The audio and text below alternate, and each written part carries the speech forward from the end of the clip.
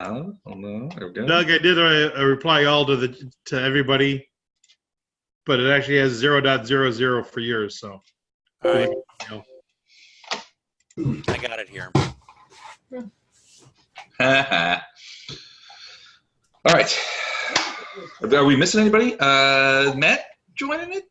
Told you could use this. You said you didn't want to have arm wrestling. God damn it. Andrew, is that you? It's somebody. Hey, welcome, buddy. Thank you. Hello, hello. And who is pretending to be the GM? Because The GM? It might be me. For all I know, I just signed into my own thing, you know. oh, it's probably you then. No, you should be signed in as Snapper Doug. Well, it could be you, because I don't see you anywhere else. Don't worry about it. I mean, if I need to log out, I'm not going to. No, I just was worried that it was a challenge to my game mastering authority, and obviously I cannot stand for that. Obviously. There will be no challenging my authority in game. None. Authority. All right, That was authority. you will respect my authority. Hold on, let me send a quick email to Matthew.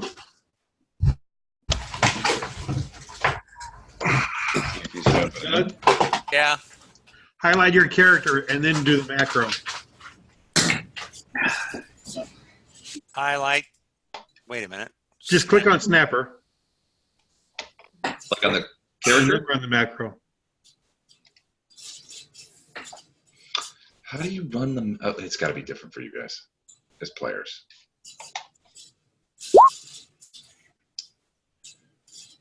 Oh. Well, it did something. Yeah, that worked. It says I got 16.3 according to. Ooh. How do I That's not what I was highlight thinking. my character, Don? I think you On just your icon, just click on him once so that he shows like the numbers for the hit points and stuff and the gear.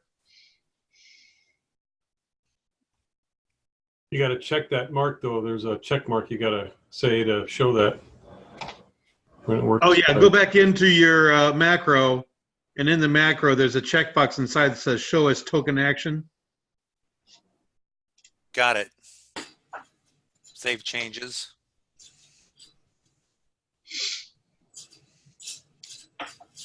And then when you click on Snapper, you'll get that macro along the top.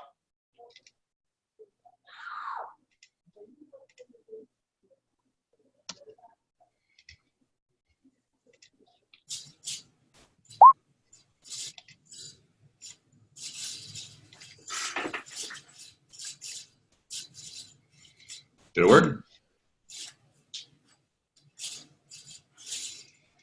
You click on Snapper at the bottom of the screen. No. On the icon, on your icon, like you're gonna Oh, do Snapper. all right. Yeah. Okay, I gotta. Sorry. There's also an option where you can have it show all the time. If you say show macro quick bar Right. at the bottom of the macros, then it'll just always be there. I like to show it as an action. That way you don't accidentally hit it. You have to actually be highlighting your character to do it. Yeah, you lose some real estate too when you use that. You lose some real estate, but yeah. There I go. Good Okay. job. Seems like it's working. Yep. All right. Well, I sent an email to Matt. I don't know if he's going to join us or not, but the rest of everyone is here, so we might as well just start on some things. First off, it's been a while since we played B Team, so welcome back, everyone. If you'll recall, it seems since time immemorial, we've been on this stupid crystal boat, hunting around for the problem children, cats with eyes and little bow guns. The last time we played, a couple of interesting things happened right at the end. First, Lama was able to kill what she believes to be the last of those cat creatures, sort of cornered it in the corner there, and basically opened up a can of whoop ass on it. Somebody did magic missiles to kill that thing. I think Leonard did. Hey now, give Lamba every bit of credit she No, can get. I just watched it to try to remember that I almost died last. Lama didn't do it. I think I think Leonard did, or maybe Bjorn. No, not Bjorn. No, it was probably Somebody Leonard. who can do magic It was missiles. Magic killed it. Missile Leonard. Yeah. No, Llama gets the kill. I get the kill. Yeah. I get the kill. Yeah. I get the kill. Are we keeping track? I mean, I like keeping track as verms. So at second, that white Which that white sort of creature, this woman who's You mean my behind girlfriend? behind My those girlfriend? blocks. She keeps asking to be let out. She doesn't like Leonard at all. And I don't think she likes Beltran all that much either. But everybody else, she's sort of like is That's why she's my girlfriend. petitioning to be released from this sort of like crystalline. It's translucent; you can see through it, but it's kind of like that same crystalline wall where that makes up the entire ship. In this case, it seems like it's very thin, but she's trapped behind there in sort of like a cell. And there are several of these sort of like cells down here. The other ones are empty. But the third and most interesting thing that happened was, Leonard, as you are peeking down that little gangplank there into the room wherein the plant was, you guys had killed the plant and then come up here to sort of finish off the cat guy and that kind of stuff. The plant essentially melted and converted into some sort of acidic type of liquid or sludge, which has now burnt through the crystalline floor, and you begin to see a fair amount of what you suspect is seawater come pumping up through there. So this room is beginning to fill up with seawater that's coming in through the hole that seems to be through the bottom of the boat left by the acidic nature, I guess, of the plant. You're worried that this boat might be beginning to sink. Well, I'm not worried it is. I know it is. Okay. Which Now- leads us to Leonard's now smart that way. Leonard has a question. Mhm. He's going to recall knowledge. We were just told to come out here and investigate what the ship was because it just appeared, right? Correct. Yeah. So they had some guys on it, but they couldn't. So the original plan was the guy came to Master Bashir and said, "Look, we've got this boat just materialized in our harbor. We don't know what it is. It's weird as hell. We've got a couple of guys on it, but we can't seem to get inside it, and it's making us nervous." And we were like, we heard that your guys are pretty good at these kind of operations, so we would love if you guys came out and took a look at this thing for us. So yeah, it was basically just like, can you figure out how to get in this boat? They basically they were saying there's a lot of lore masters in Katheer right now who would love to take a look inside of this thing. They think it's old Aslanti sort of magical Tell stuff. them to come fast. Huh? Tell them to come fast. Well, it's covered with all his old Aslanti runes that Phineas was able to sort of translate, at least partially, telling the story of the ship. This is some sort of ship now, of Aslanti ship. Now, what Phineas did also say is that these ships tend, at least in this case, what he was able to read of this sort of like this covering of runes all over the ship, is that this ship not only traveled the oceans of Galarian back however many hundred years ago before the Aslanti demise, but also traveled more recently among the planes. So this is at least partially a planar ship, which might explain the weird structure, the lack of obvious engines, that kind of thing. But you don't see any like Aslanti dudes on here. All you've seen is those cat creatures, some about a dozen little metallic constructs that shoot fire at you guys. Some what were obviously some sort of golem that tried to attack you when you would do certain things, and then these cat guys and the plant, and that's it. And then this creature that's sort of locked in the translucent. Is everybody okay with it? Yep. Okay. We got down here from the hole on the deck above us, right? No, we got down here from a teleport. Yeah, you guys came down through. It was the So you, Leonard, were able to sort of figure out that this little room was like a teleportation room. You guys came out just like right over, like right here, right next to where these like cells are. Right. You guys just sort of, and from your point of view, you just sort of like stepped out of the wall. Okay. It's different. What's that little review? Okay. Thanks for coming. All right, so this. Back the same way. Yep. Well, there's no teleport thing here. Fucking God. This was paying my rent with that. I mean, there's no return, as far as you can tell. There's no return place.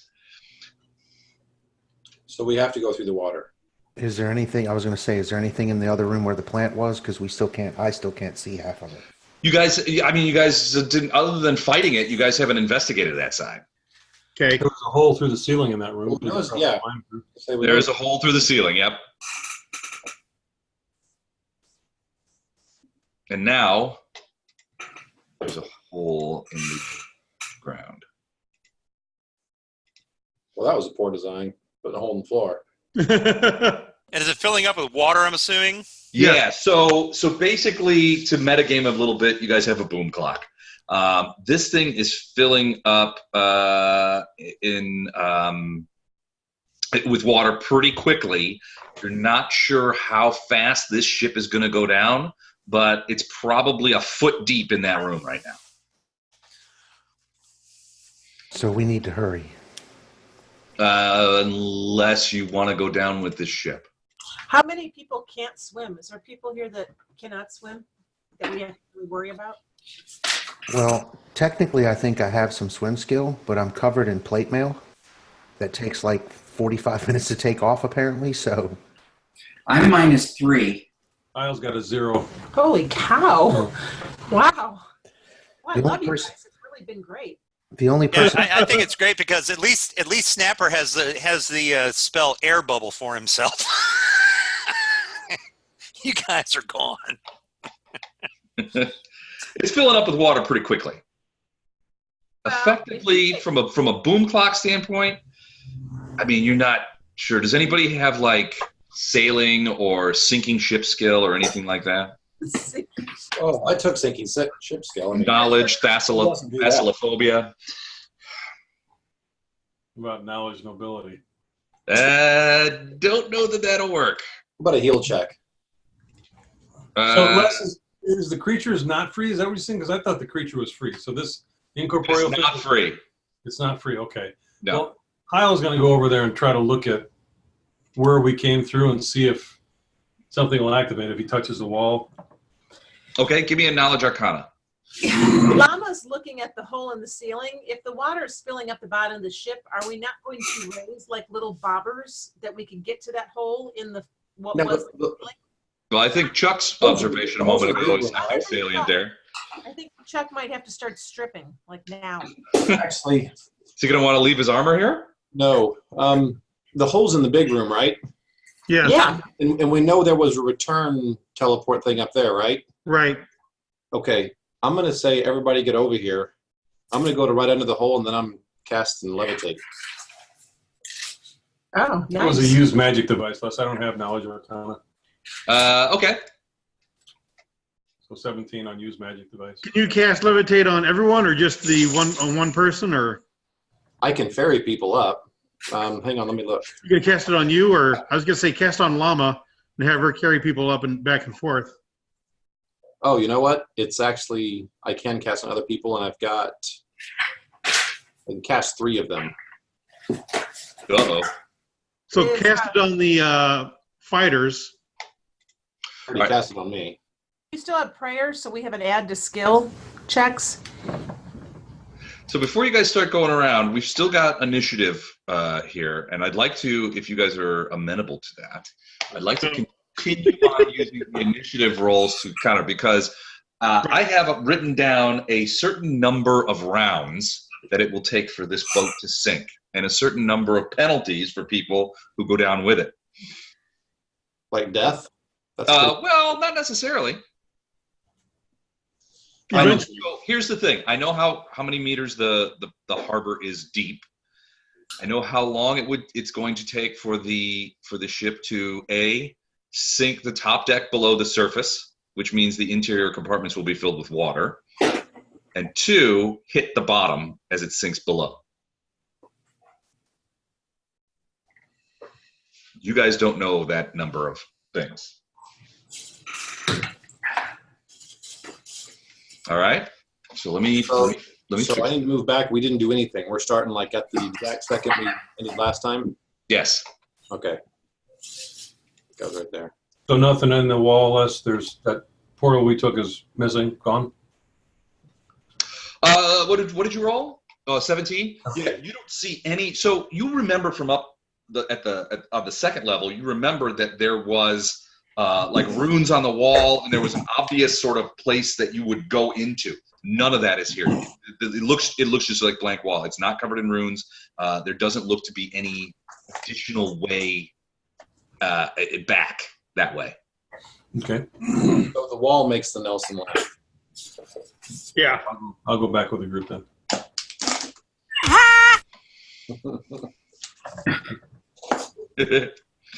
I mean, if Matt is Rindle. He's informed me that Rindle has stolen all the scrolls that you guys left back. In Just keeping eyes on the oh, shut up! on the landscape between Hangatir and where I saw this. Fuck off. Sorry. I'm trying to figure who that was. You don't want to know who that was.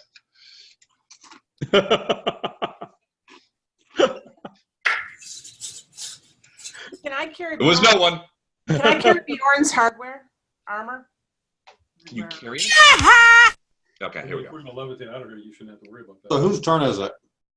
So first up Well, I don't is have to the look at it. lady in the cell's turn, and she sees the water in there, and she looks like she's becoming increasingly desperate. She is banging on that. I mean, you can see her like fists kind of like slamming into the thing. You hear nothing, but you can see her mouthing to mostly to you, Bjorn. Let me out! Let me out! And she's like, you see her eyes, which we already asked, which have no pupils. They're all white. Are like, you know, you can see them moving inside her eye sockets. She looks like she's becoming agitated, and your guess is that she saw the increasing, the amount of water flowing up into the other room. Since she gave me such a warm welcome when I showed up here, I said, "Don't worry, hon, I'll come back for you."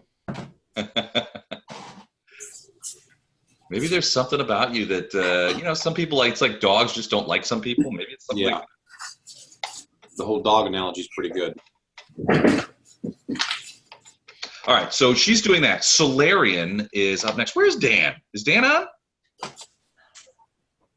Nope. I think he's pulling the same as Rindle in that he has opted for C team and thus is opting out of B team. So no Solarian, and we will remove play. That means John Hiles' turn.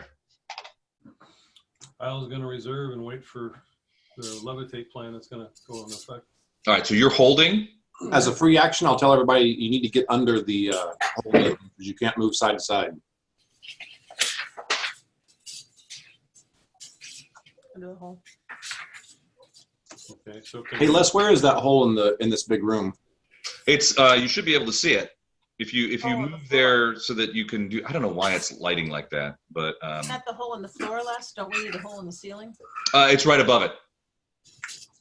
Is it right here? Mm-hmm. So Okay. he wants you there underneath the hole. Kyle will move less to where he moved. You moved. Okay.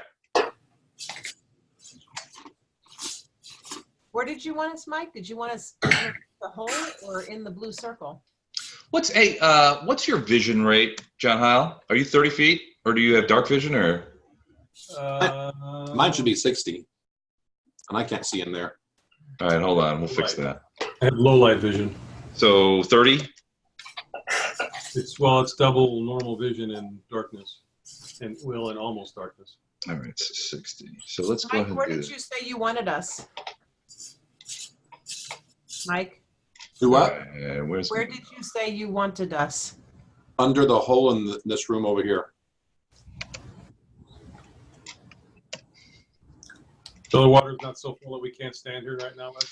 It's about 2 feet. It's about 2 feet deep right now, but it's rising quickly. Yeah, it doesn't go sideways. All right. So, all right, Beltran, I added your ability to see, and Hile, you should be seeing as well.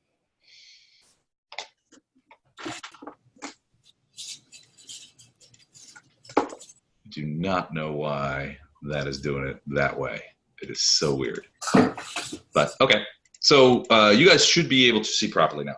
All right. So John, you moved over there and you're moving sort of like under the thing. So be careful because you can feel as you're standing closer to the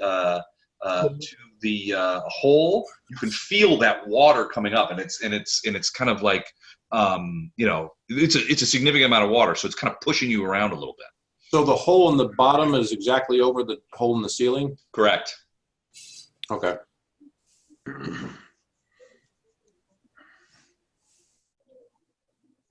All right, next up, Bjorn. I have 1 hit point, by the way, if anybody wants to throw me a cure light or something. Or Vermin. Vermin. Well, we had all the other characters I would have earned him, but now that we're down a few, I probably won't burn him. Leonard, you got magic missile still, don't you? Yep. Perfect. I have a wand of it. I was told to get over here under the hole for levitate, so I'm going to move my full run movement. Okay. Yeah, you are knee deep in water right now. Right. Okay. Just so you know, because you would recognize. I mean, you're starting to get, like the frightenedness that any man covered in metal armor feels when they are in the water. It is. You're in a difficult spot. Yeah, this is not my happy place. I get No, it's not.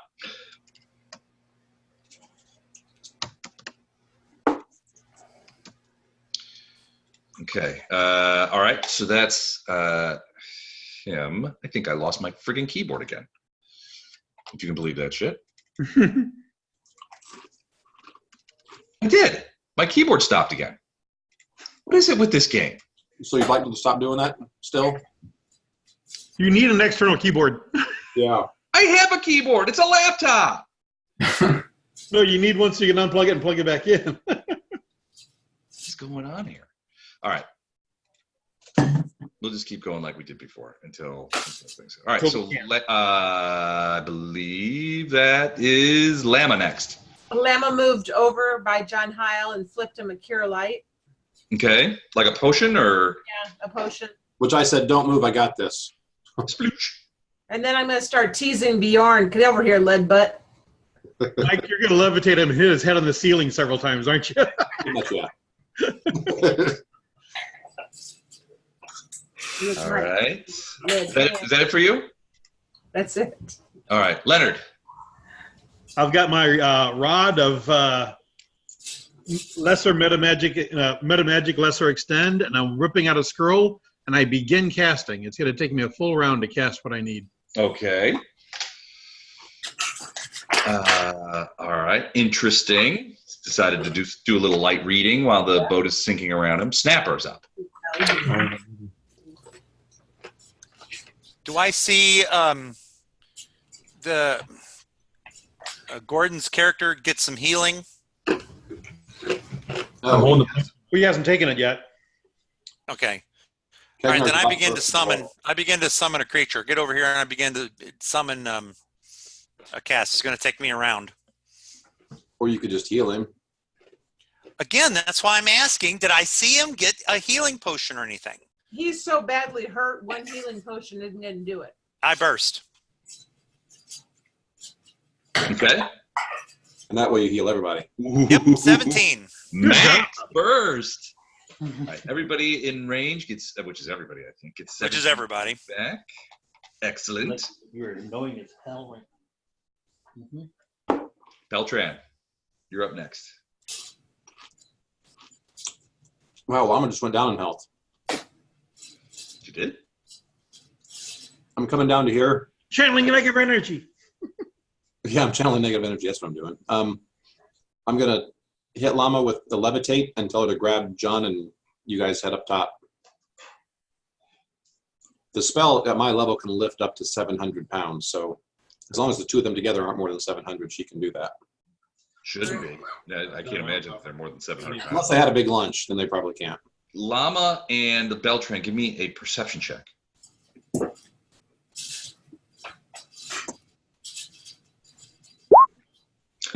Okay, 33. Is that it? That's all you got? I even need Can I try again? Should I have And a 27 for Lama. So, all right. So you guys, as you guys are running over there, Beltran, you deliver the levitate spell, and I'm assuming that Lama begins to rise up out of the water. You look around, and Lama does the same. Lama sees you look around, and she looks around at the same time as she's rising.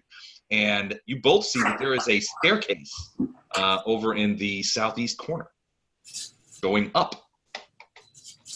Now, water is lapping around the bottom of that case now. I mean, it's covered a couple of the stairs, but that is definitely a set of stairs going up. I start giggling. This is fun. Oh, by the way, there's a staircase over here. This is more fun. This is more fun.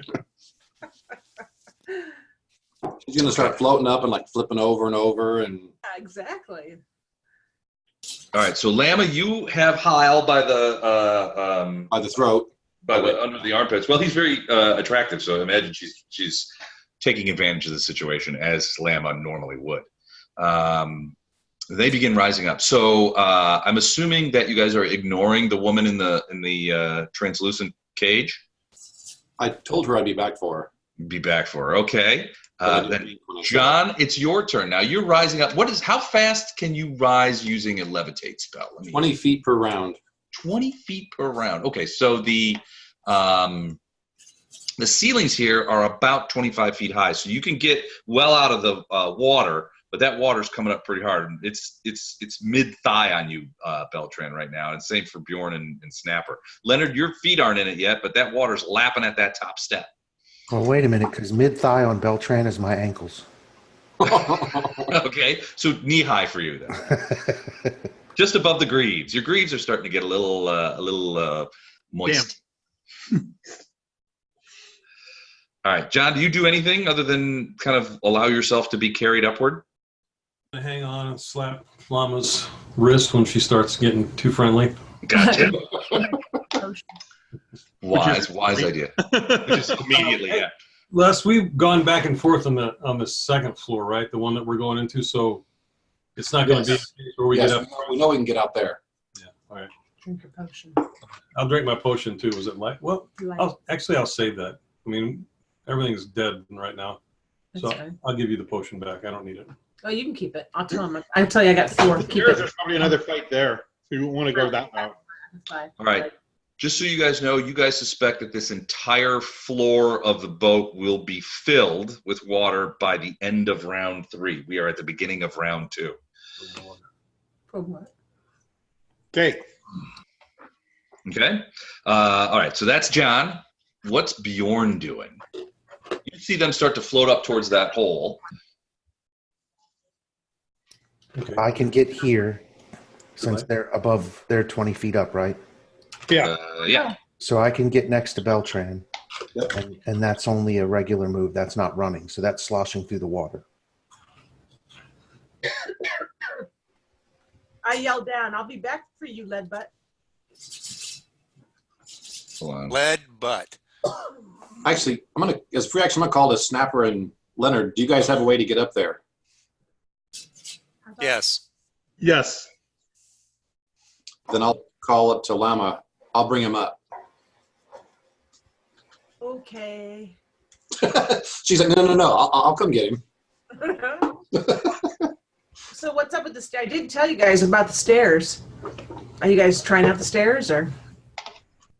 No, that leads to another combat. You don't know that. I know that through the hole doesn't.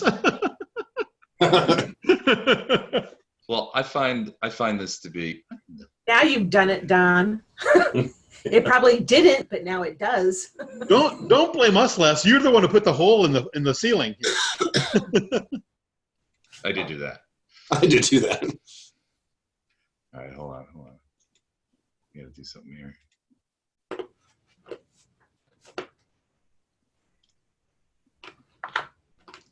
All right, so that's so Bjorn, you roll over there by Beltran. You are not going to use the stairs, which frankly, I mean, it seems a little odd that with a perfectly good flight of stairs there, you guys are waiting to levitate through the hole. I mean, it just seems weird. But okay. With a perfectly good flight of stairs, it would take me 3 rounds to get to. Well, that's a good point. All right, Lama, you're up. So you are floating This is where you are about 20 feet because you just got it cast on you at the end of last round. So you float up. You're about 20 feet high up in the air. You're about 5 feet down from the hole in the second deck. You are out of the water and you're holding on to John Hyle. You do anything else like unbuckle your sword belt and let it drop down in that hole? No. Mm-mm. Okay. I think instead that can I like control the rate of levitation? Yes. So I'm going to slow down, levitate, and peep our little heads over and get a look. Mike, I think you control the rate. Wait a second. Where's Phineas? I don't know. Phineas, I'm sorry, I do. So, yeah, I'd just be pushing you guys up there as fast as it'll go. Well, I'm going to say slow us down a second. Let's get a peek. Okay. So Phineas, roll initiative when you get a moment. So the last we saw Phineas, he was invisible up on the top deck. Then you didn't see me. Oh, that's a good point. That's an excellent point. I don't know that you were. So you missed last B team. So I don't think you came downstairs. So I think you're up on the top deck. Roll initiative when you get a chance, just so we can get in this. He's going to fall overboard.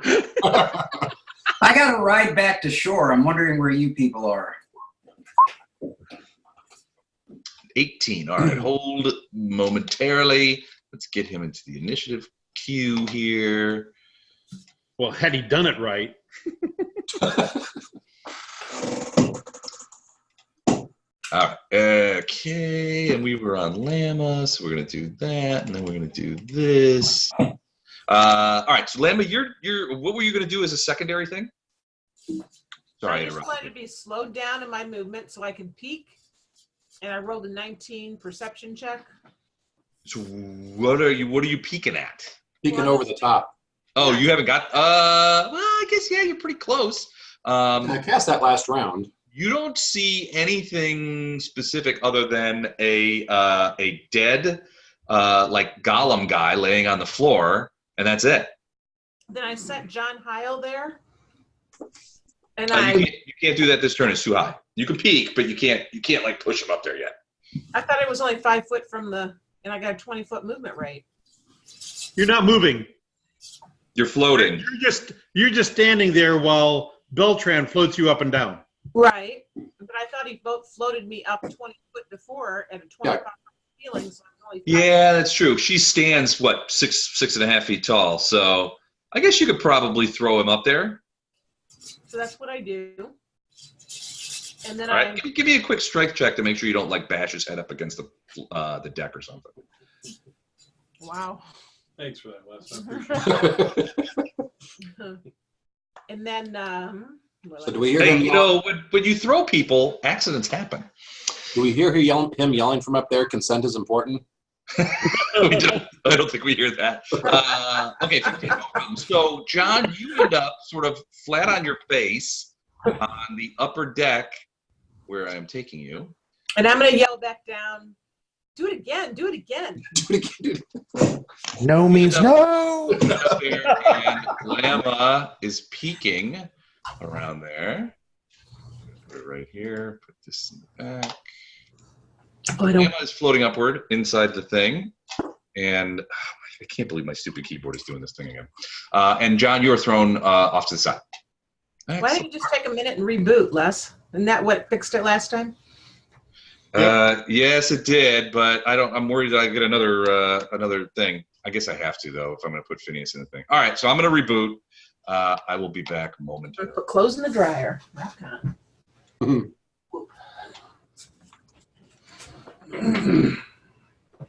Pause a claim with the Me Too movement.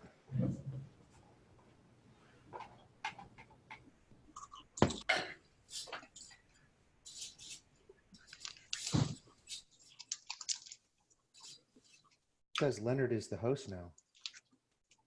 Woohoo! Don, fix the hole in the boat.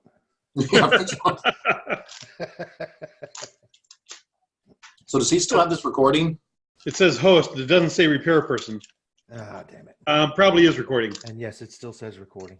All right. He'll figure this out anyway. I'm sure glad he forgot that she got out last time.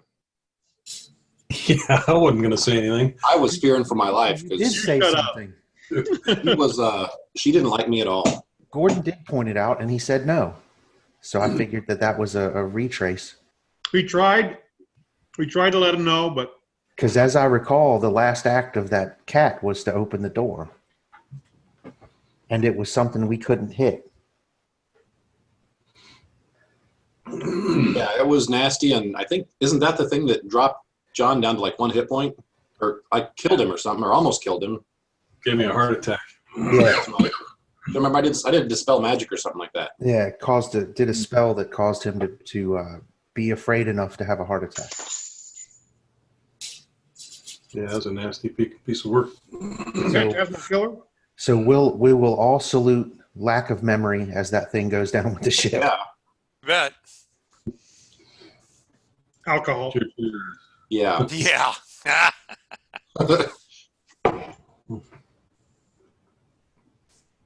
Hey, Doug. Yeah. What are you summoning? I was going to summon a water elemental. I'm summoning an air elemental. That sounds smarter. Why? What good would an air elemental so you can breathe? No, So so you can carry me up that hole. Okay, I was going to summon a water elemental to command the water to go back down the hole, or at least to fill up the hole. He can't. But they don't command water. Well, they have. Well, anyway, I mean, he could keep the water from. He could spread out and act like a plug, couldn't he? Nope. If he was huge. If it was an earth elemental, maybe. Well, that's what I was going to say. It's going to be a medium size, so I wasn't. Yeah, not big enough. I would do air and do the same thing Don's doing. Have him carry you up and out. No, it takes me. I'm going to immediately cast air bubble, and then I can swim down if I want. You know. Oh, I'm going to go up these stairs. Here's where I'm going to go. The heck with you guys. Splitting the party. Aren't these stairs over here? Okay, Les wants us to go up them too bad for us to really go up them. Matt, if you ever become Doug, if you ever become an undesirable character, the easiest way to get rid of you is going to be to show you places to go all by yourself. Uh-huh.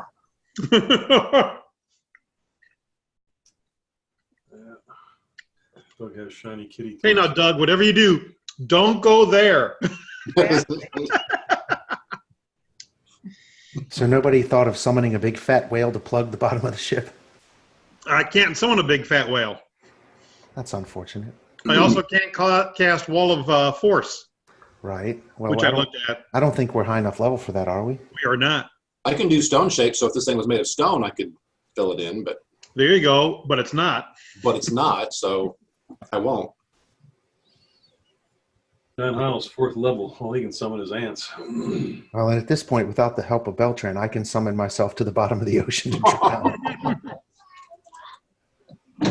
In a very efficient manner. I was going to say, I will sink in a very efficient manner. So now, Doug, with an air bubble and a water elemental, he could carry you down through the hole and out, outside the ship, around and up. Well, I'm not going to do that now because, I mean, that's why I asked if I saw Gordon's character get healing, and right. I'm going to see you do an air elemental, which is fine because you're right in front of me.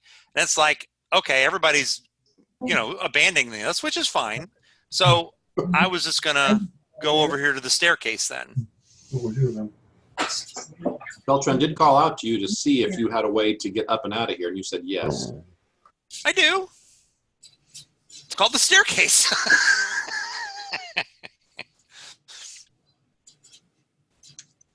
Why don't you call up and say, I need someone. I got it. Llama loves chucking people up that hole in the ceiling. You were going down. I do. I'll do it again. I do. Yeah, I'm going to go back up. I'm going to go back up and down as many times as he lets me. Yeah, that's why Leonard's getting his own ride. That's all right. Hey, you grab me. I'll love the ride. I don't care. But anyway, that's what I'm going to do. You still got those cards, huh, Doug? Can't get rid of those still? What are those? What do I got rid of? The cards. All the cards on your name that you were talking about a month ago now. Yeah. You see cards on my name? Yeah. I see a card that says 2 on it. Yep. Right above Snapper. Yes. I was wondering what that was. That's what you created last. I didn't create squat. Yeah, you did. You didn't do it intentionally, but you still did it. Well, that I believe. Andrew, this Roll20 is designed for all kinds of card games and all kinds of weird stuff, so you can do cards somewhere. It's I didn't know. Okay, Leonard, Don, you just asked. Okay, go. No, take it. Go. Take my card. Here we go. Now it's down. Somebody else steal a card. And I'm down to 1. Well, and what was that? What was that Western Gunslinger RPG where you use cards to determine your actions, like poker hands? Well, now it's Dead. Phineas. Now you have a card, and so now Don, you have a card. It's all yours, buddy. What do I do with it? At least I don't have any cards. I love you guys. What do I do with it? I don't know. Seriously, I don't know. And I honestly, between Don, Les, and myself, and I even may have, Mike even asked you about it. Even I looked through the help section of Roll20. I cannot figure out how to stop or do with these cards. I don't know. Okay, hold on. I might be able to get rid of it. If you click on it, you'll see the number, and there should be an option to let it go. Well, yeah, that's if someone's stealing it. No. If you click on your cards. I don't have any cards. So, Phineas, if you click on your card. Yep. Can you say let it go? No. No. I just stole your card, Don. You didn't get rid of it. Oh, I just dragged it off the pallet. There you go. You showed it. There you go. What are you doing? Now it's up on my screen in the top left. Now it's on my screen. There we go. How did you do that? I highlighted them and hit delete. Oh, what? God love you. That's why you guys get paid the big bucks. That's why, you know what? That's why I'm getting janitor. I'm just going to push a broom. I want to do. If you push it really fast, it might get rid of the water.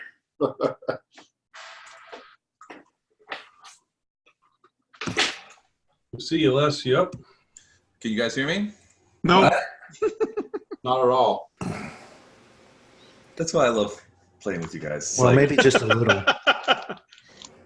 It's like serious answers. You know, about 7 o'clock, 6 o'clock every Sunday, I'm thinking, I haven't been able to, be online with a colossal amount of buttholes this week. More importantly, does your keyboard work? It does, apparently. So I just typed in Phineas's turn order, so I think we're okay. So I'm back in business. I may have to get a new laptop. I just bought this laptop. I don't know why it's acting like crazy people. But, all right, so I think we're back in. Lama, you just chucked John Heil onto the second deck, right? On his face. On his face. But you did manage to not hit him on the decking below, so that's good. We're gonna let Phineas go since we skipped him last time.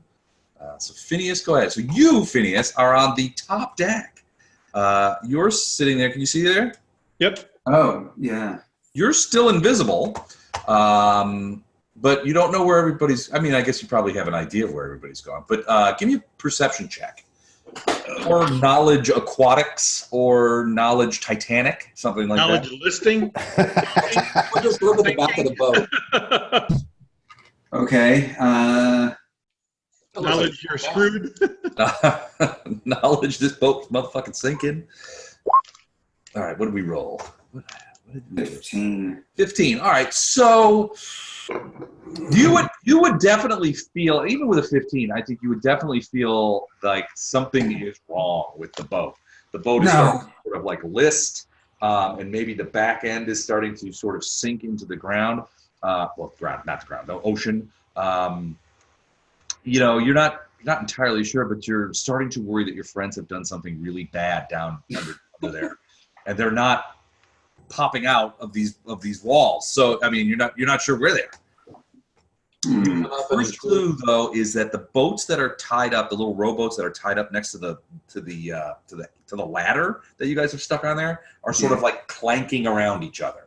And you think getting closer to the top. Yeah, as you look over there, you see that the ropes are like loose or looser, so they're kind of like clonking around. You think this boat might be sinking, or at least there's something wrong with it, something, or maybe it's leaving. It's a submarine, and it's submerging. Ah. Everything is fine. There's no problems. Remain calm. All is well. Well, all I see are up ladders. How do I get down to? Yeah, he was never on the deck when we went through them. Yeah, good luck with that. So yeah, you would have to. I mean, you've seen how people get through those two portals. Yeah, he saw it. I mean, basically, you put your hand on it, and either it opens or it doesn't. Okay. But I don't know. The legal mind in Phineas's legal mind, the methodical part of him, the part that makes good decisions and is an excellent defense attorney, is wondering if going into the bowels of a sinking ship is a great idea. Right. So what I'm going to do, since I believe it to be sinking, I don't know if I can. Maybe I'll just run, but I'm going to. I miss you guys. Yeah. Right. Say bye, fuckers. If I can get to the boats and untie them and try to wait and yell and sing.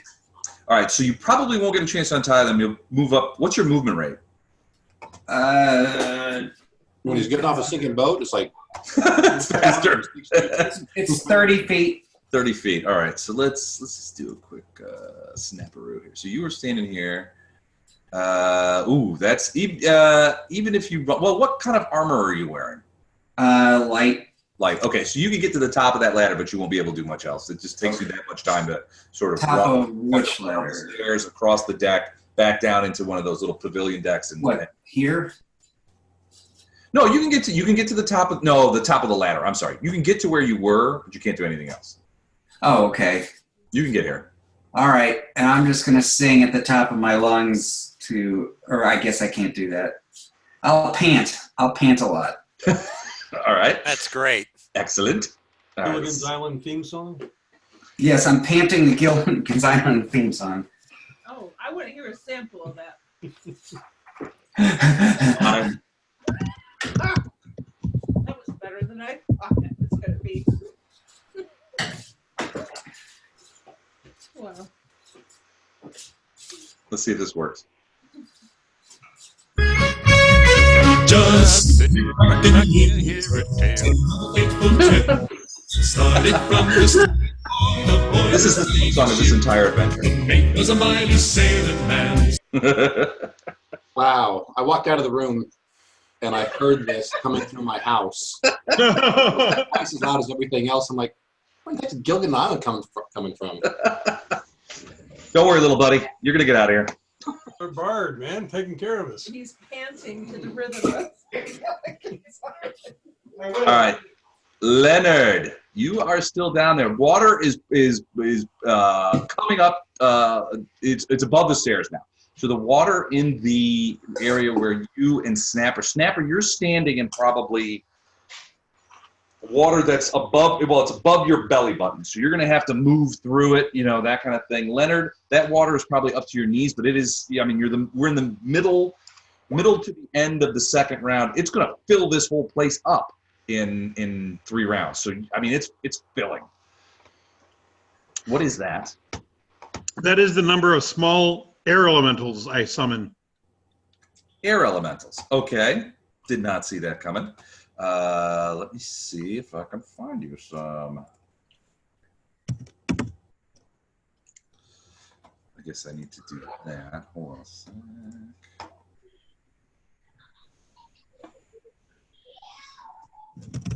I hear somebody yelling in the background.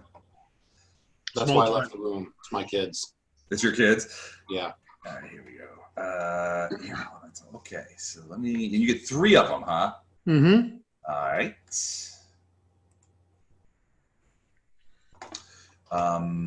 Do we know how many hit points they have? Yes. 17. 17 hit points. All right, let's go ahead and do that. We're going to change it so that it can be controlled by Leinhard of the Hill People. And there are 3 of them.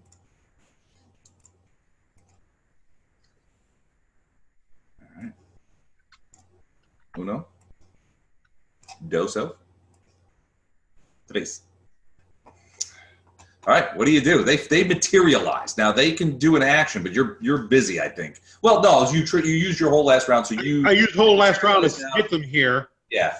And I tell 2 of them to grab me and lift me and carry me out that hole, and the third one is supposed to grab Snapper. Okay. All right. So 2 of them grab you underneath your bat wings, and what's their speed? Do we know? Their speed is 100 feet perfect. Okay. You are going to have to be very careful about ceilings, aren't you? I said perfect, so they can stop. They can stop. Okay. All right. So yeah, they grab you and just like whoosh, you just like go up into the next room. And I'm going to put you up there. You actually go past Lama as she is moving up, and you end up right about here. Okay. So you are, Lama, you see him just kind of like roar up. You see these 2 like cloud-like creatures kind of like flying past. The other one grabs onto Snapper. And Snapper, do you allow this? Do you allow yourself to be grabbed by this Yes. I know what he's doing, so that's fine. All right, you won't make it as far, but with 100-foot speed, you guys will end up upstairs too. And I just have to say that I'm really proud of you guys for not taking the easy way out and going the stairs, because that would be easy. That would be easy. That's crazy talk. All right, so you are now also flying in this room up here. All right, Snapper, you do anything else while you're being carried? No, I know what's going on, so I'm just waiting for him to be deposited, so to speak. Okay. Beltran. I cast Levitate and grab Jorn, and we go up 20 feet. And I wave at my girlfriend on the way out and say, "I'll miss you." She's like, and you could see her like, just like, it's obvious that she's got her palms in there and she's just screaming as the water continues to like sort of rise in front of her. It's visibly rising up against the walls now, and you moving up 20 feet, that water is at your heels. Give me a perception check. One of those girlfriends you hope you never see again. And Bjorn, give me a perception check too. I think I've got a pretty good chance of not seeing her again.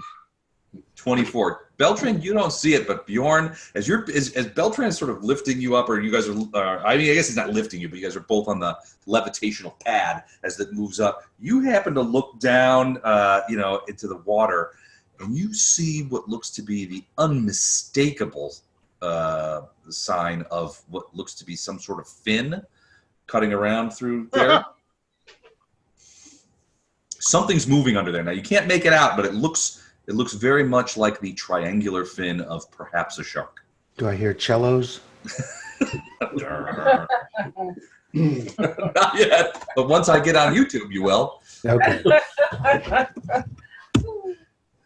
God, that would be a great trivia question. What instrumental is played most in Jaws?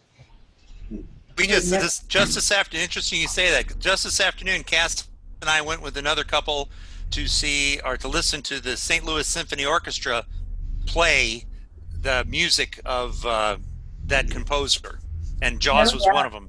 Yeah. Wow. Yeah. I bet that was good. It was good. Yeah, he played songs from Indiana Jones and Star Wars, and I mean, it was a great afternoon.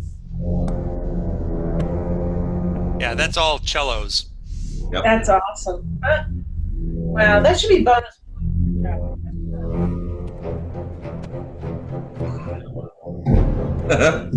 You guys hear that? Yep. All right. Yeah, so you see fins down there. Something's coming upstairs. You guys got out of there pretty much just in time. All right, so... hearing cellos in his head. I know, just because he should have that capacity. All right, so that's the end of round 2. The bottom floor, Bjorn, as you and Beltran are rising up, you see that water come pouring up. You see what looks to be a fin, then maybe another fin down there. like maybe some smaller sharks, and by small I mean 8 to 10 feet long, have come up through the hole or are coming up through the hole to see if there's any interest there. And now it's again Phineas's turn. Phineas, you are at the top of the stairs, or not stairs, the rope ladder, standing above the things. You definitely feel like the ship is listing now. It's starting. It's much lower in the water, and you can feel it shifting underneath. Oh, it's not a speech impediment.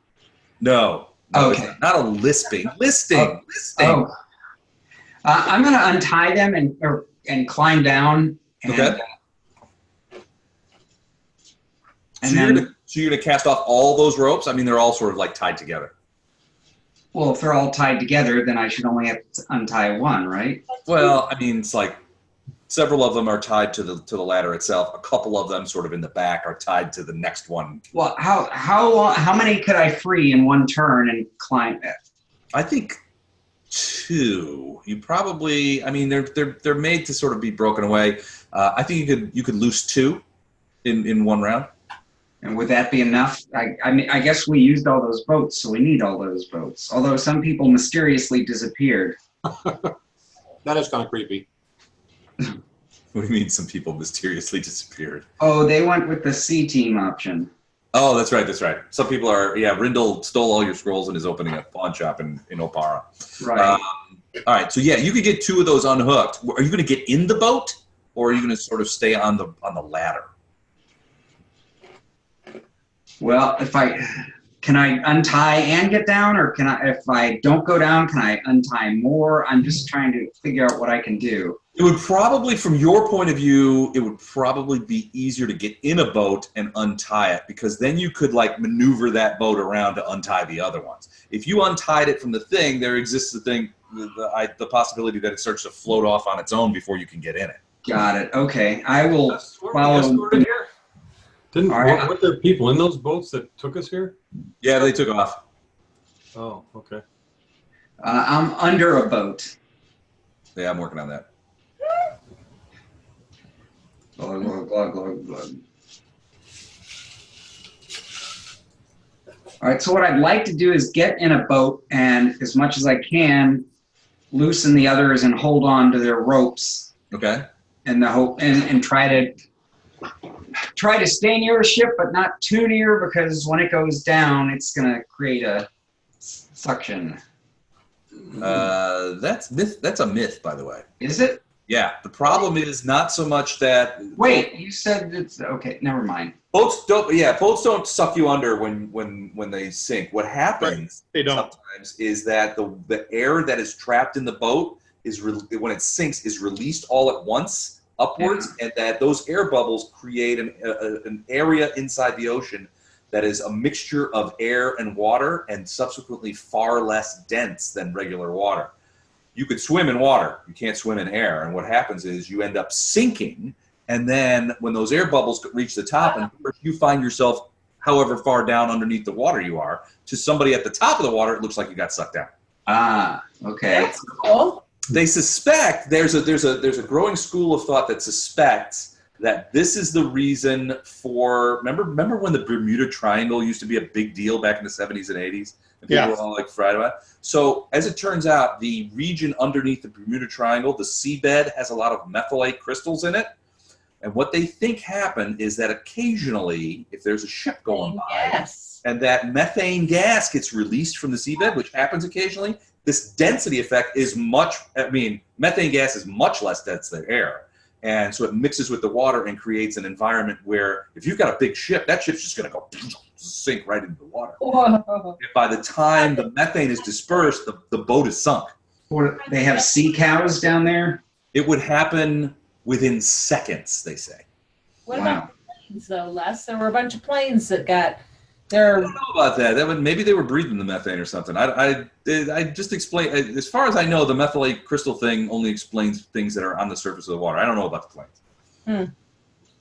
I love the Bermuda Triangle. I did reports on that all the time. I always thought that was so cool. Was cool, wasn't it? Yeah.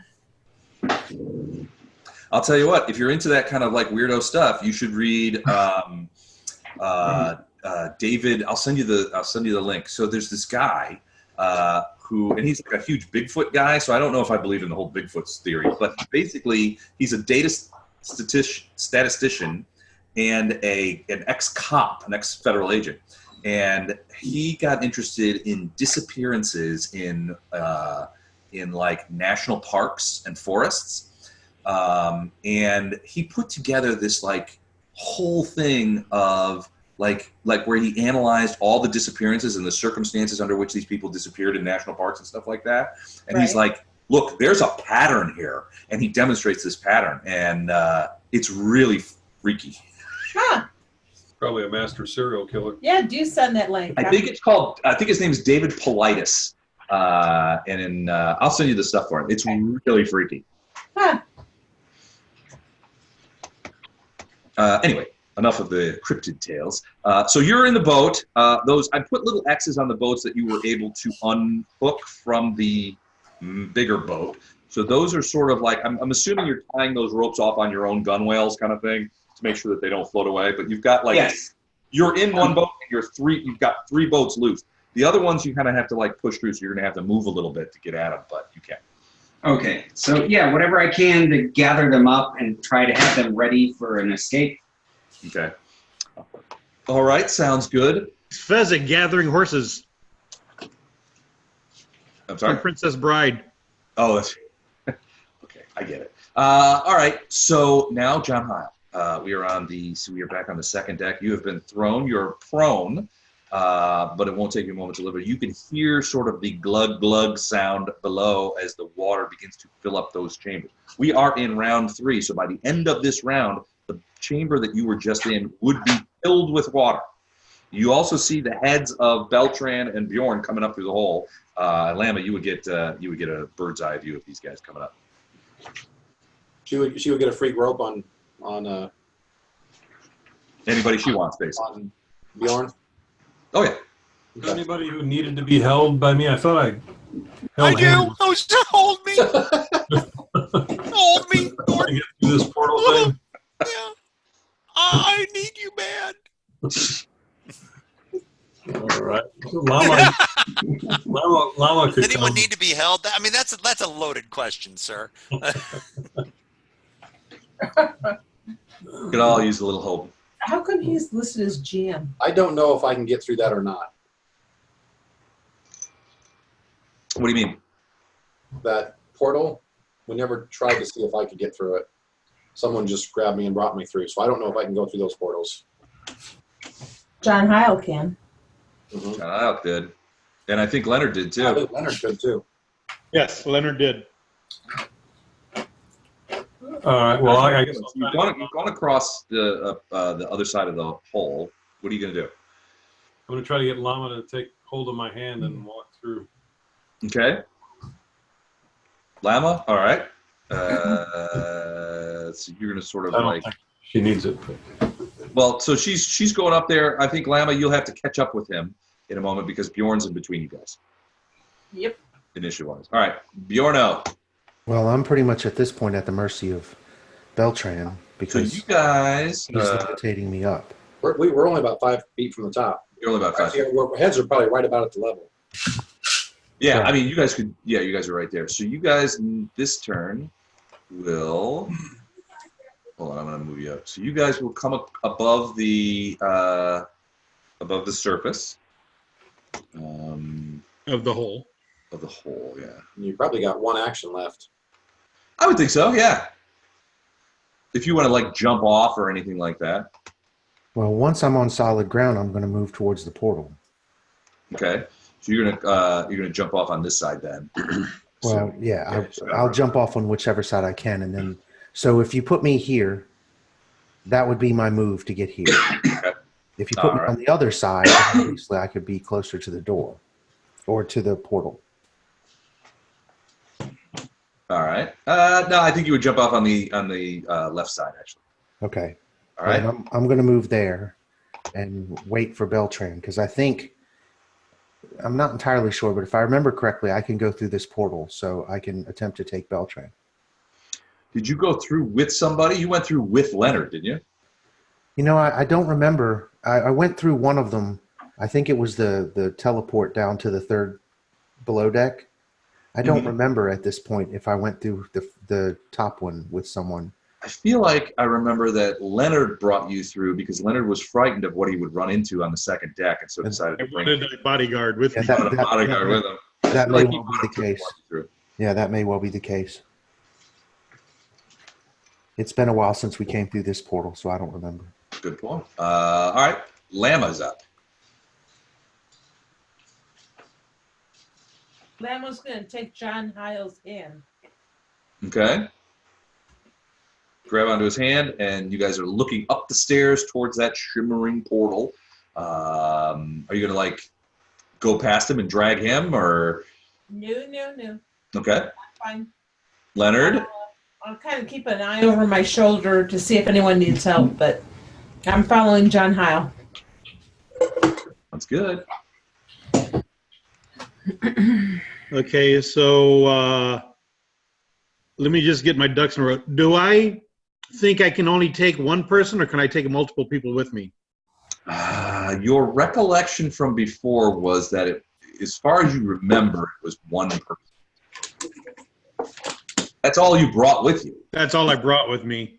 I'm going to move to here, grab Bjorn.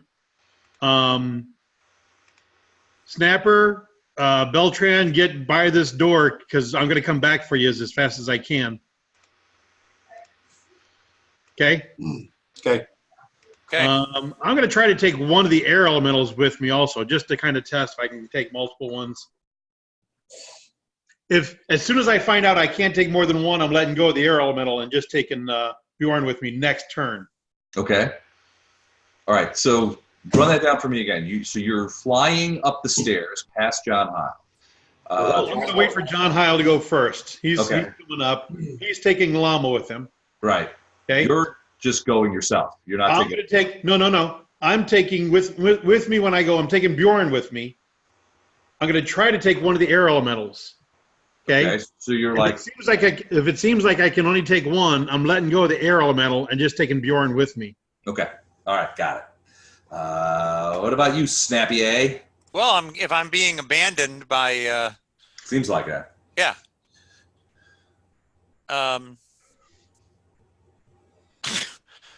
Don't worry, it's just their two healers they're abandoning. Yeah. Okay. One of them says he has an air bubble.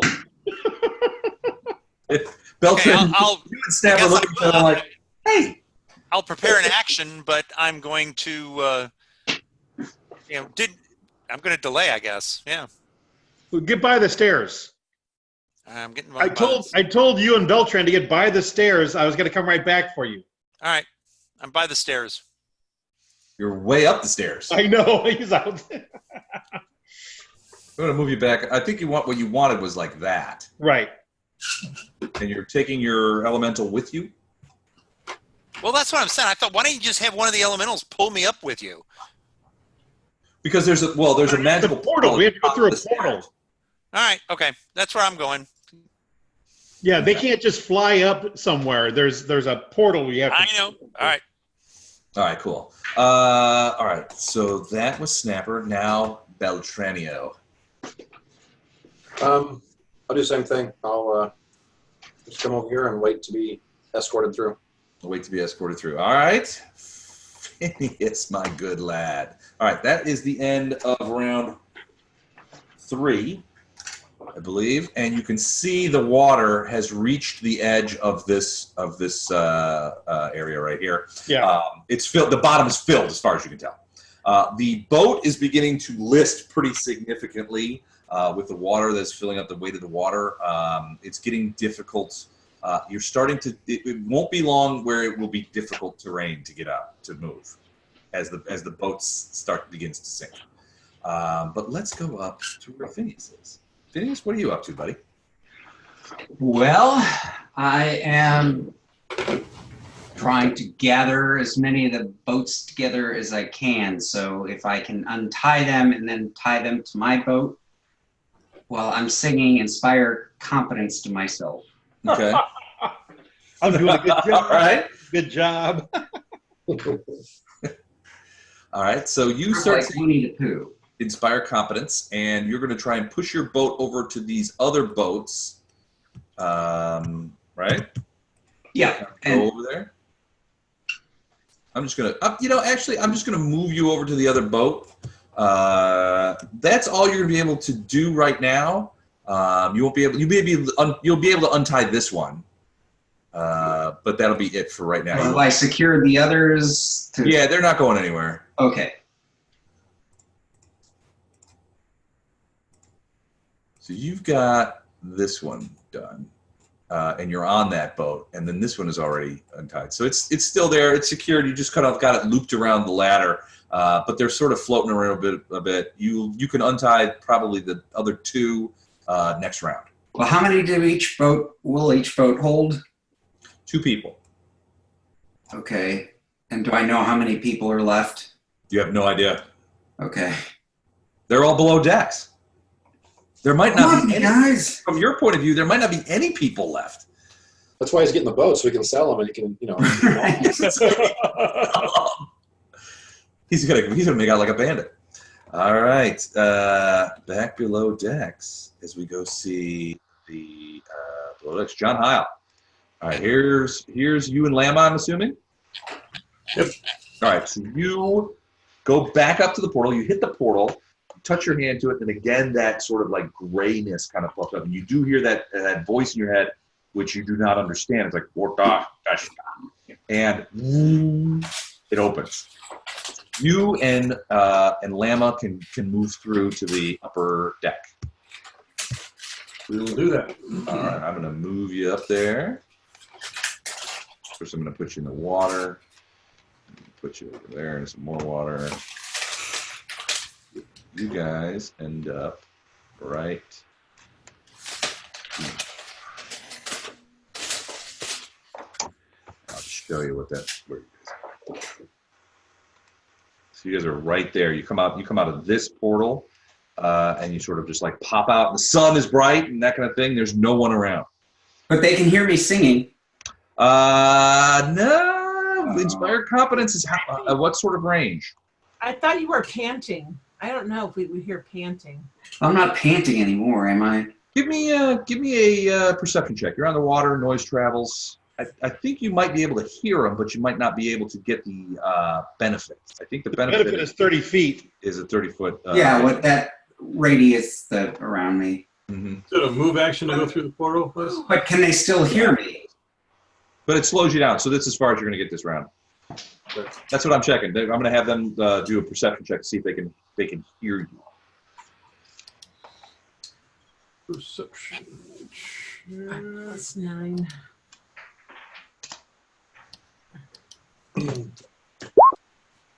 Ooh. So who rolled the 1? That'll be John Heil, and then 16 is Lama.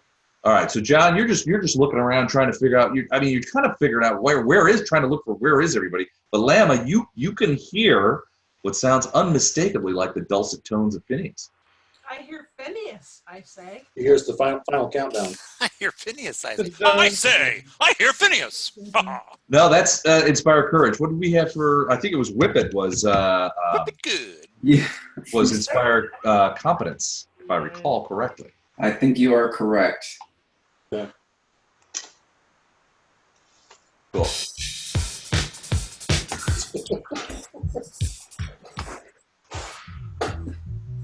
Lama, you can hear in the background the strings of Devo that you remember. Mama started shaking her head.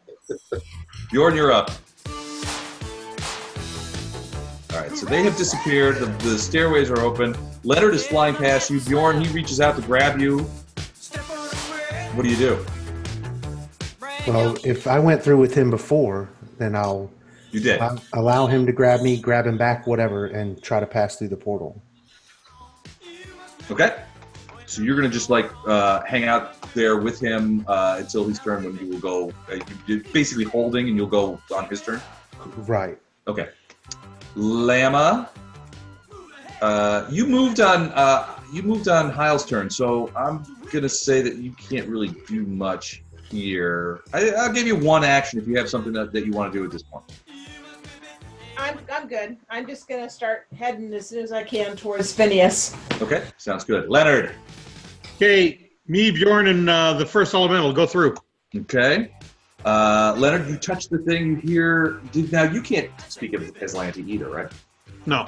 Okay, so you hear that same language, which knocks each day, and again, it opens, and you have grabbed on both, and you run through, but your suspicions were well founded in that you and Bjorn managed to get out, but the air elemental is blocked, and the thing basically slams shut behind you after Bjorn sort of pulls through of the thing. You run almost headlong into John Isle and Lama, who are on the deck, and Lama says to you, "I hear Phineas." Okay. Okay. Well, my last act is to just get ready to go back in. You to go back not in? Going in, but all right, back downstairs. What's going on? It is Snapper's turn. Why can't I see him? Does nobody have any lights? Well, I'm still. My character's still down there with the dead automaton. Yeah, I can see everything. Nobody can see him, so I guess nobody knows where he is. He's dead now. Okay, we're done. Yeah. Okay. I'm gone. I can still see him. You can see him. Beltran Okay. and I, the two healers, are down here. All right, hold on. I'm just gonna go ahead and do that.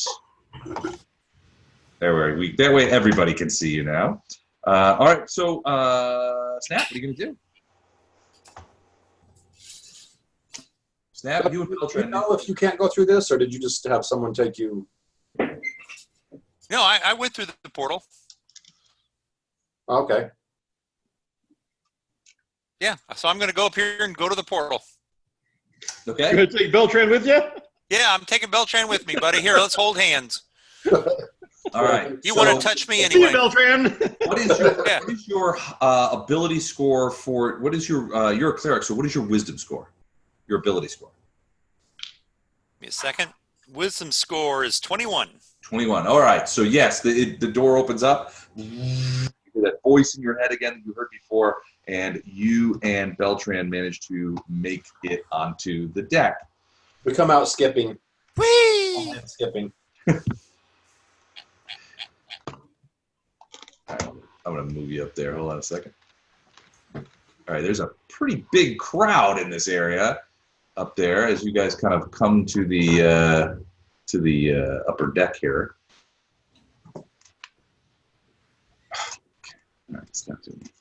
All right, so we'll just move this up to here, and you can see this. Lama says, "I can hear Phineas, but I don't know where he is." The rest of you roll perception checks to see if you hear him.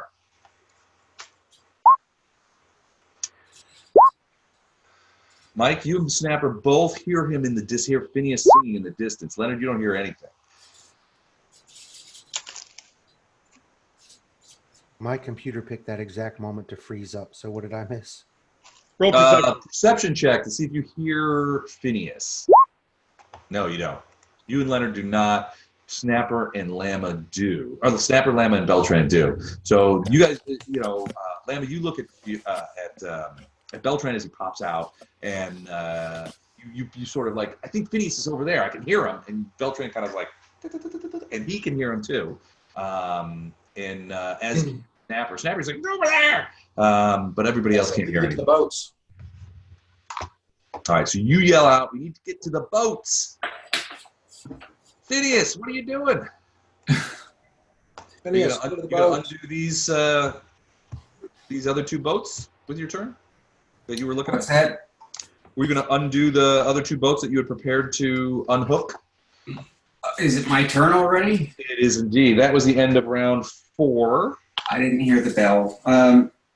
So presumably with the singing or the hey, hey, look at me gesture, I'm not invisible anymore? Yep.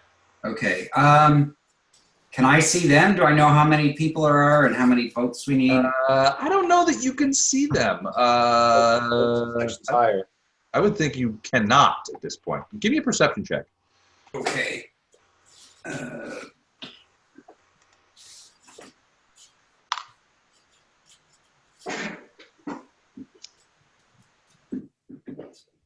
14.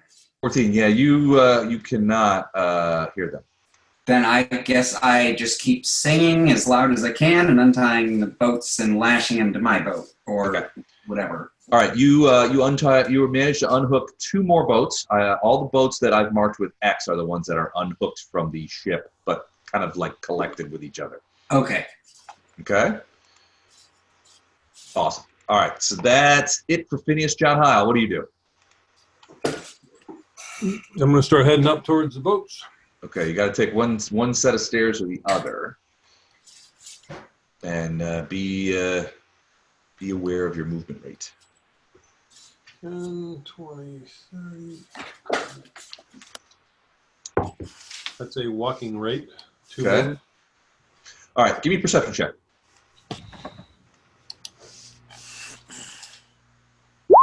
From that vantage, you definitely see Phineas down by the boats. He looks like he's unhooking them. Looks like he's trying to steal them. Yeah, really. Hey. I'll give him a holler. Tell him to get ready to show off. Phineas, you look up to see John Heil yell out, "Phineas, we're ready to shove off!" I start singing "Don't Pay the Ferryman." Okay. Don't pay the ferryman. Phineas shoves off without us, right? Right? Oh, yeah. I'm paddling as fast as I can. He didn't hear the whole thing. He just heard you say, "Shove off." Shove off! Save yourself! All right, so that's John. Bjorn. Do I act on this turn, or do I now act with Leonard since he's the one that brought me through? You act with Leonard. I'm sorry. Okay. Bjorn, actually, Llama, you would go now. No, she's just going to walk with me. She's in making popcorn or something. Okay. She's just going to come up with you. Just be right behind you. All right. All right. Phineas, you see Llama and John Heil now up at the top. That's me singing right there. That's what you guys hear from down by the boat. Bjorn and Leonard. I'm going to use my full movement rate to get to here. Okay. What about you, Leonard? Snapper, come help me get the air elementals, and I go through the portal. You go back downstairs. All right, so you have to do that thing where you hit it and it turns gray, as opposed to that coruscating kind of sort of color scheme that it does. And you end up down in here. So the air elementals. Hold on, I'm gonna leave you down quick. It's free action. Beltran's like, seriously? Yeah, really. I'm gonna like, no. Just dispel them. There's a boatload of water down in there. Hold on a second. Okay. So it's filling up the second floor. As you get down there, you may still have an action. You only use one move action to get down the steps. Those. If I can grab one and go back, I'll try that. Huh? If I can grab one of them and go back, I'll try that. You can get up to the thing and begin the process of unloading it. So that'll be it for this round. Snap. I'm just going to head down toward the boats. All right. And follow the crowd. I'll get to about there. Okay. All right. You see them. You see John Heil yelling down, "Phineas, prepare the boats. We're leaving." So you assume that Phineas is down there. I assume that. Okay. Beltran, you're up. You just saw Leonard go back inside. You're frankly a little worried. That seems a psychotic thing to do, and you know that this boat is sinking rapidly. Right. Hey, you guys were giving me a hard time about what I was doing. But he went down there. I don't know if you could save him. I don't know if you want to save him. He would want you to save yourself, Beltran, and maybe break the portal so that he can't come back through. Break the portal. Yeah, that's what I would want. That's what I would like. That's what he would have wanted. Okay, just my best assessment. Uh-huh. Do I think I have to run to get to the boats, or do I think I could walk casually and get to the boats? got a little time. I don't know if you would be walking casually, but everybody else seems to be moving. So the ship itself is listing pretty hard. So you figure maybe by the end of this round that suddenly everything will become difficult terrain. And remember that I gotta go then. the ship has some very steep surfaces. 55, 60 gets me right there. Okay. So you guys see Beltran doing the O.J. Simpson across that deck. No, I'm doing the curly whoop whoop whoop thing. Whoop, whoop, whoop, whee! Yeah, the boat is starting to basically list towards the north. So as you guys walk across there, and this is the end of round 5, this boat has now become difficult terrain. It has your movement rate, and next round, if you guys are still on deck, what's going to happen is you guys are going to have to make reflex saves to keep from sliding towards the water. Because remember, the deck is made of that crystal substance and is very slippery. It's very difficult to get your bearings on to traction. So that is where we are now. Phineas. I guess I'm freeing those other 2 boats. You're gonna like just hop across there and. Well, can I see how many people at this point? You see 3 people right now. Maybe Snapper. Maybe 4. Okay. I guess I shout. How many people are there? How many boats do we need? We got 6. Hey, we all made it. Leave Leonard. Okay. Well, as long as we're all in agreement. 6 plus you. So then I guess we have enough boats. I wait. I sing as loud as I can to inspire confidence. Okay, inspire confidence was Devo, right? Yes. Or don't pay the ferryman, either one. Okay. Go back to the original one. All right, so you're singing to inspire confidence. You've got enough boats, you feel like. So you're just like waiting for them to show up now. Yep. John Hunt? I'm going to move 20. So you said it was half? And so difficult terrain, half speed now, and you cannot run. 10, 20, 30.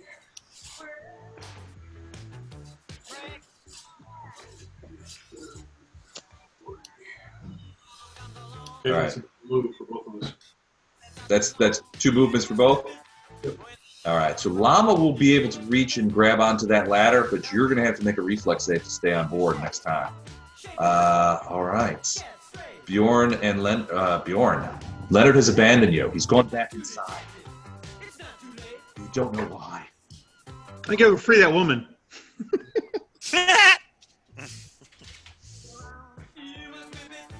I moved to there.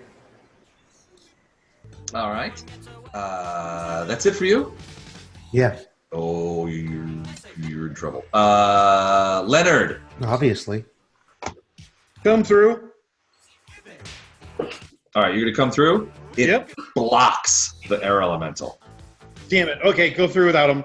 Dismiss all 3. All right, so you just like, back beyond air elemental creatures. I've had Thanks it for up. nothing. They did get you pretty quick out of that basement. Well, they would really help with getting everyone to the boats too, but It won't let them come through. You don't know why. So you pop out there. That's 1 move action. You still have another one left. But remember, you're looking at difficult terrain now.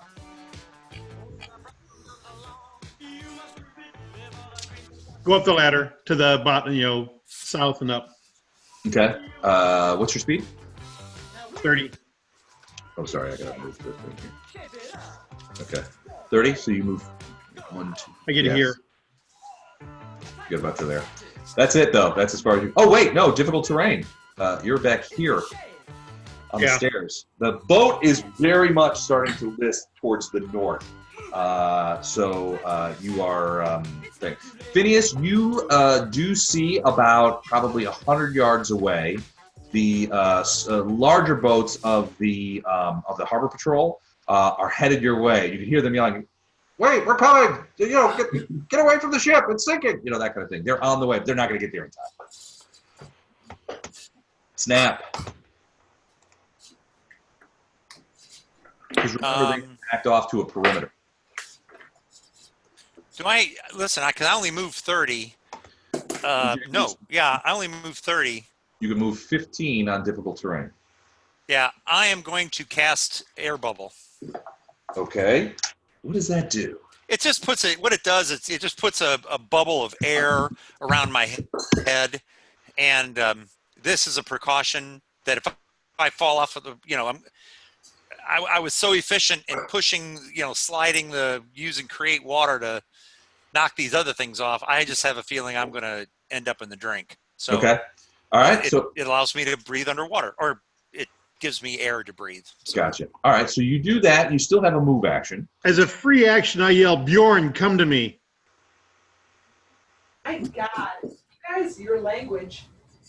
Phrasing. Yeah, really, phrasing is right. At least he didn't say on. All right. That's terrible.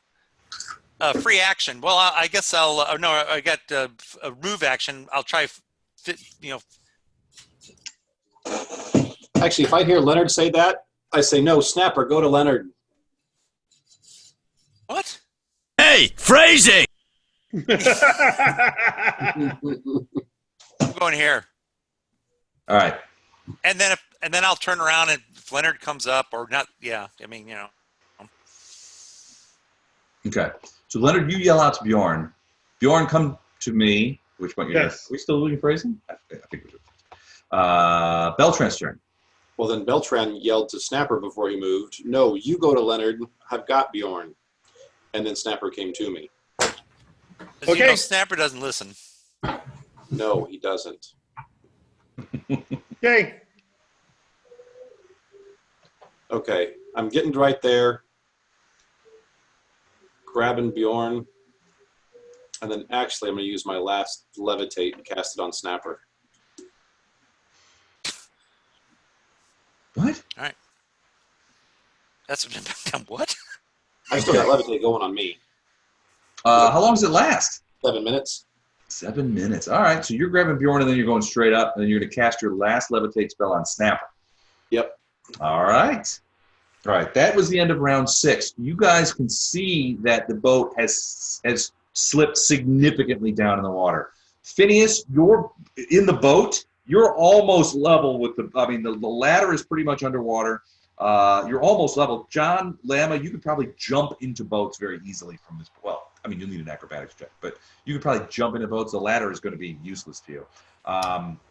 It's also starting to keel quite a bit, so you feel yourselves kind of like lifting up away. If you don't take advantage of the jumping into boats this round, you're probably going to have to climb back down because the boat was cranked too hard.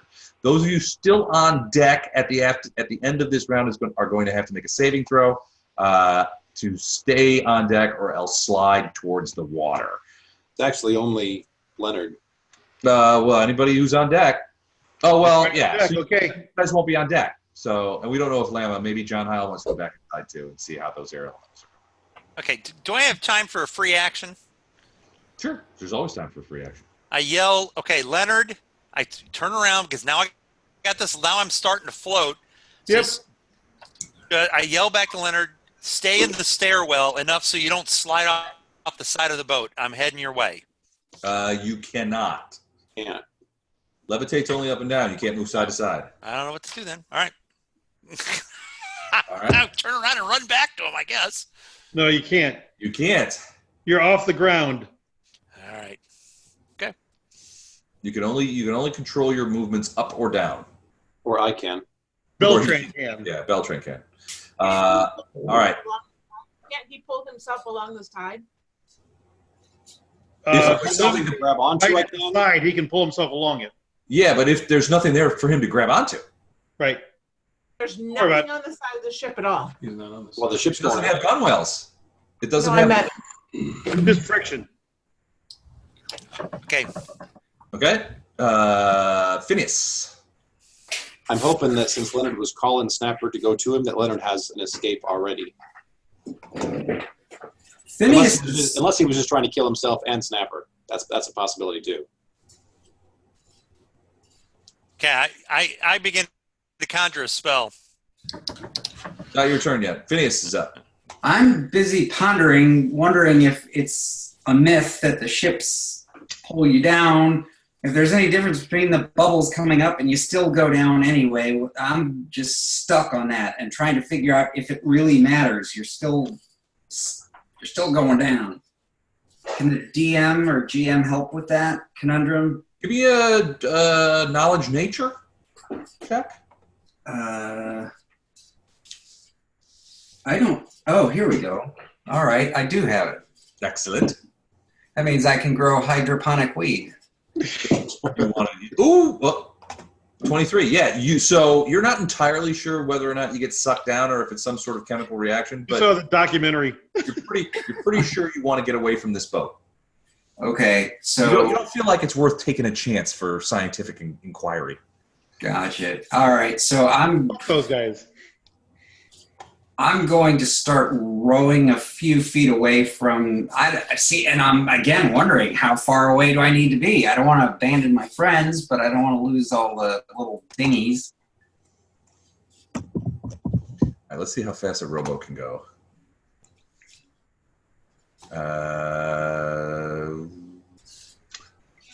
Or speed is 30 feet, acceleration 10 feet. So you can go 10 feet this round, you and your boat, as you move away. So which direction do you want to go? You want to just like clunk through those boats? Oh, I guess I'll clunk through the boats, but can I push? But as I'm clunking through them, I'm pushing the ones that are free closer to the ship for my. Sort of push them behind you as you go? Yes. Okay, that makes sense. All right, so you are going to, hold on. You're going to go 10 feet, so you get through to like here. And then you push this boat and this boat closer to the thing. Yes. Got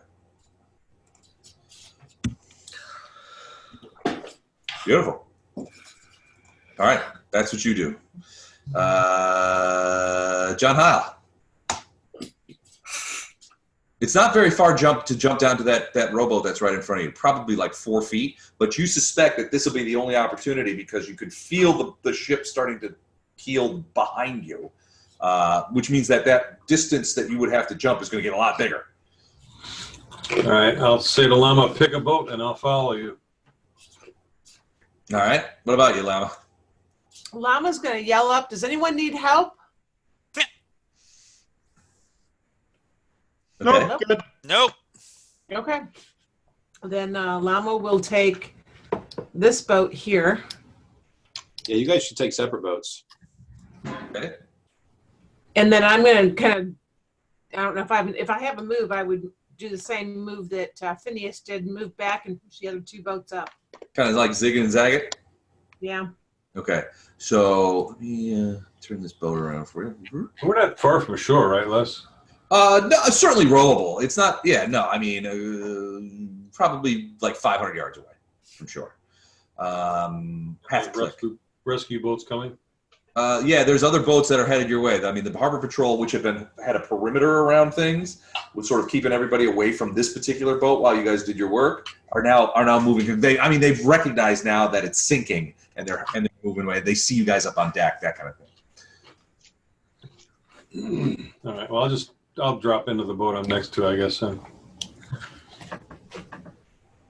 I can do that. Yeah, you just drop right in. You probably would have another move action. You could probably try and grab the oars and start to spin that boat around if you wanted to. Yep, I'll do that. Was I able to push my boats, the other boats, empty boats, forward? Yep. Like Phineas did? Okay.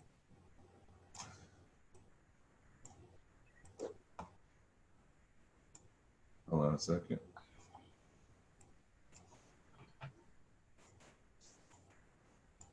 I really do. This really doesn't.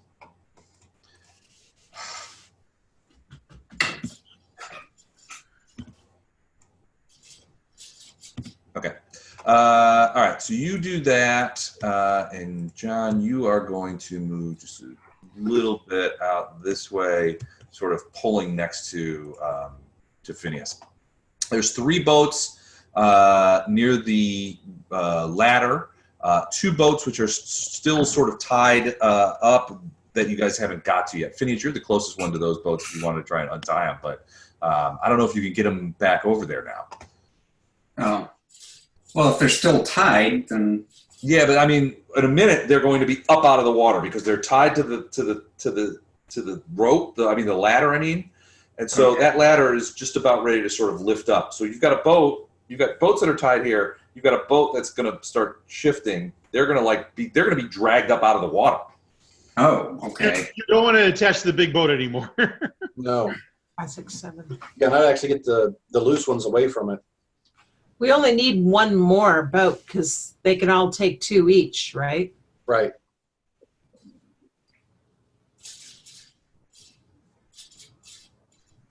Okay. Bjorn and Leonard. Good, Bjorn. Am I going now, or am I going on Beltran since I'm floating with him? I think you're going to be going with Beltran. So, Leonard, you are up there. You see Beltran, Bjorn, and Snapper begin to float up off the deck. As a free action, I'll call Leonard. No, I can only go straight up and down. When I see them going straight up, including Bjorn, I get a big smile on my face. Okay. I have a -4 to swim, so I really don't want to go in the water at all. Gotcha. So I cast Fly on myself. Oh, okay. Oh, all right. I rise up and head over towards the balloons over there. Yes. I will take them over to the boats. We appreciate it. All right, so wait a second. Let me make sure I got this straight. You fly up, you're going to go and just grab everybody? Okay, I cast Fly. Right. So I can go up, down, left, right, whatever I want to do. Right, and you can move, I believe Fly spell is 60 feet. Yes. Right. All I pretty much do is make us a balloon. So if I just grab one of them and they hold on to each other, I can drag them along. Yeah. Sounds good to me. Yeah, that works. 60 feet. Well, so dragging them along would reduce your speed to 40. Okay, 20. Let's say 20. That reduces it to 40. All right, so you use so you cast a spell, that's a standard action. You get 1 move action. You can move 60 on this move action. So I get to them. Yeah, you'll get to them and grab them. Right. And you could probably drag them all 10 feet or so. Okay. If you want to go ahead and move them. I can't move everyone. Go ahead and grab them all and move them 10 feet less. Like that. There you go. All right. Okay, Snapper and Beltran. Wait, yeah, Snapper and Beltran. I'm along for the ride now. I was going to do something else, but no. Beltran, Bjorn, you guys going to do anything? I'm just using levitate to keep us a neutral, so to speak, so then he can Right. wrap around. Right. All right. What about you, Bjorn? I'm going to hang on for the ride. Yeah. Phineas? No, that was the end. Well, I want to do a knowledge check because in order to stay neutral, they have to be able to have some sort of thrust to keep geosynchronous orbit. You know, So I need to know if we need to move a on that, I'm gonna get something cold to drink. So wait now? What? I mean, On that, I'm getting something alcoholic to drink. so Phineas, describe to me again what you're thinking here. Well, if they just remain in place, he said he wanted to float neutral, and I'm thinking you can't because the world is turning, so you have to have some level of thrust to remain geosynchronous orbit. Right. You're talking about the other guys like Leonard and those guys? Yeah, and so Right. do I need to push a boat their way? No, they're up in the air. They're off the deck, and you see Leonard sort of fly up from behind, and he grabs onto these guys as he sort of flies past, and now he's dragging them sort of above the deck. So they're probably 10, 15 feet above the deck, and he's dragging them forward. So you're like, I don't know if these guys need boats. There's 3 boats there by the thing. The boat, it's the big boat is kind of pitching up. Those are unhooked. They're okay. So you figure at this point there's enough boats there, and and they're flying around, so they probably have options. We want boats. Yes. This is just a temporary measure to get us into the boats. Well, couldn't he just drag? Well, if it lasts for 7 minutes, you guys are only about 500 meters away from the shore. I'll take them there then. Fly lasts for a minute for level, which is going to be 8 minutes. You could get. I mean, I think you could probably get there. So if I throw them a rope and they grab it, can I pull them along? They would probably end up pulling you along. You along, right? Les? But yeah, I mean, you could try that. My initial thing was to put them in the boat and then I would fly, because if I'm slowed up, I don't want to be almost there when Bjorn goes underwater. Well, let's do a little bit. Let's do a little bit of math here. So dragging them, you would go 40 feet per round, times 10 per minute, times 7 minutes for you. 7. Yep.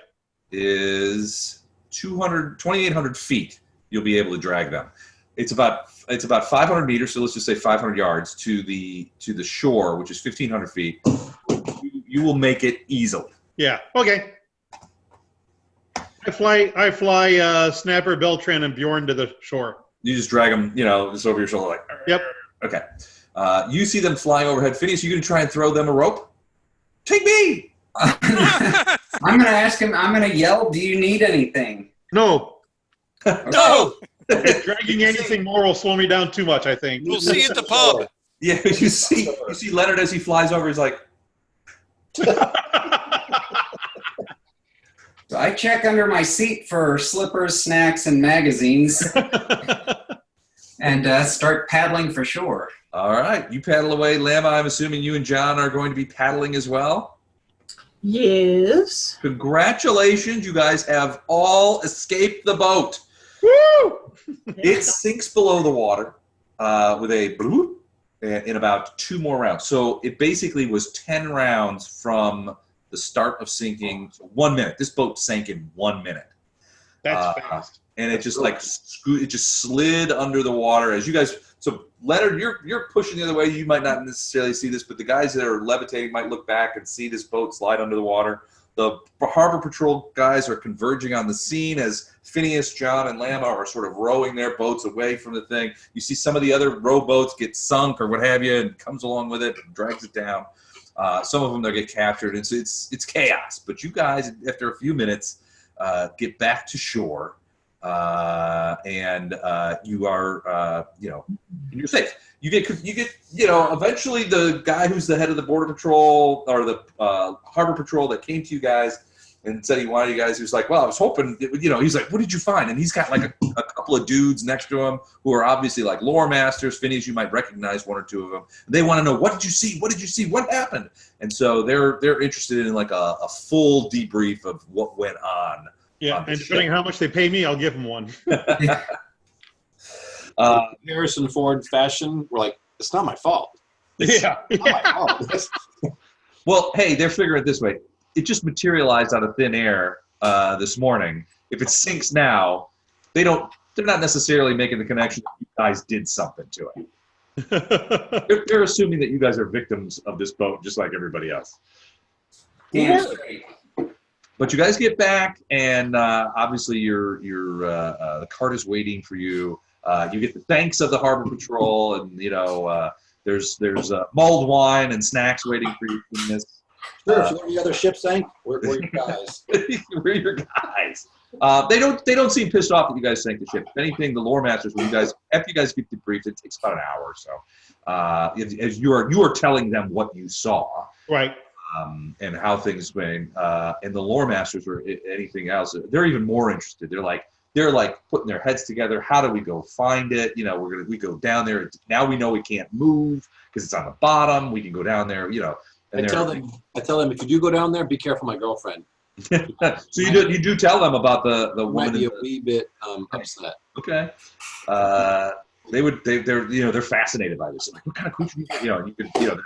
Other lore masters show up and they're like, well, what are we talking about here, and that kind of stuff. So it's a huge sort of like convocation. There's like Harbor Patrol guys, these local Katheeran lore master types, various kinds of people on shore who've been watching the show, gawkers and whatnot. And basically, you guys get back safe. And after a couple hours, you guys, I'm assuming, head back to Master Bashir's. with a good morning's work under your belt. Yep. All right. Hold for a second. I have to reload my own drink, and then we'll talk about what happens back to Master Bashir.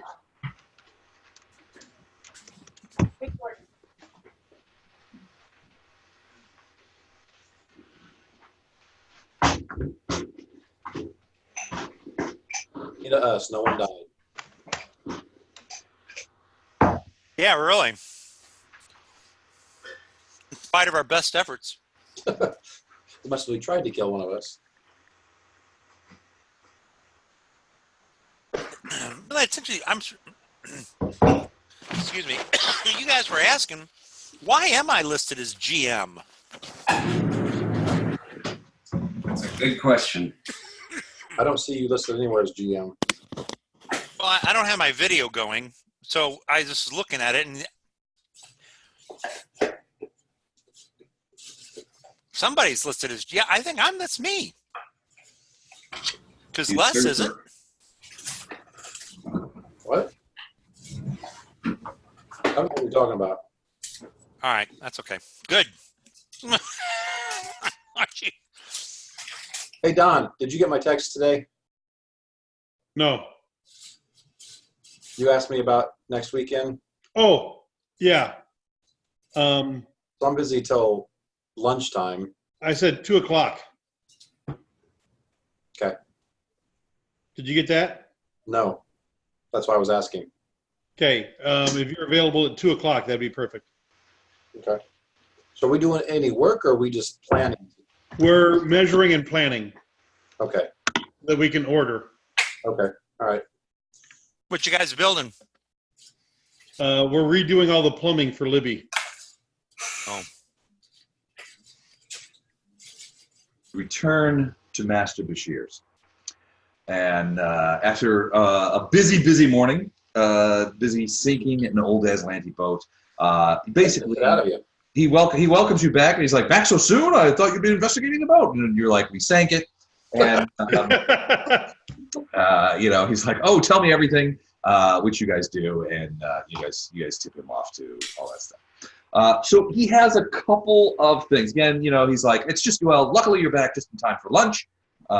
We will, for a late supper. So again, there's a spread and wine and everything. And as he begins to talk about things, he says, you've done me some great services, and you haven't received any rewards from me because of the quickness with which, the turnaround time between the last adventure and this adventure, and your DM wasn't prepared with suitable rewards.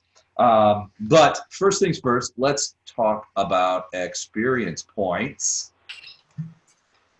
We get 50,000, right? Wait, how come Bashir has a Pikachu doll? It's just, he's a collector.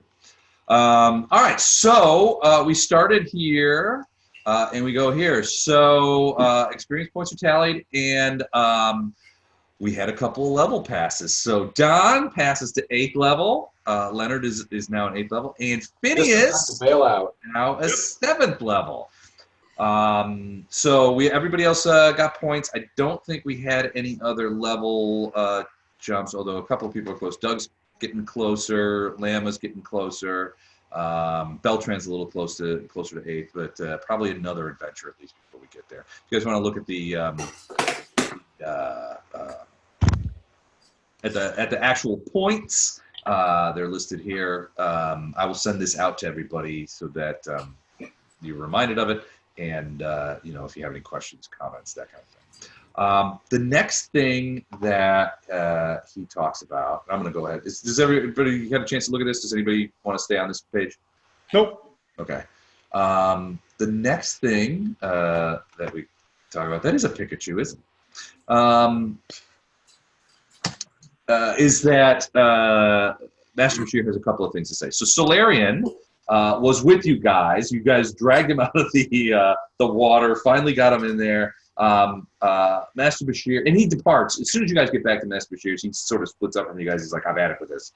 Bashir tells you over the early supper that that Solarian has decided to return into my service as to his old job as my chief gamekeeper.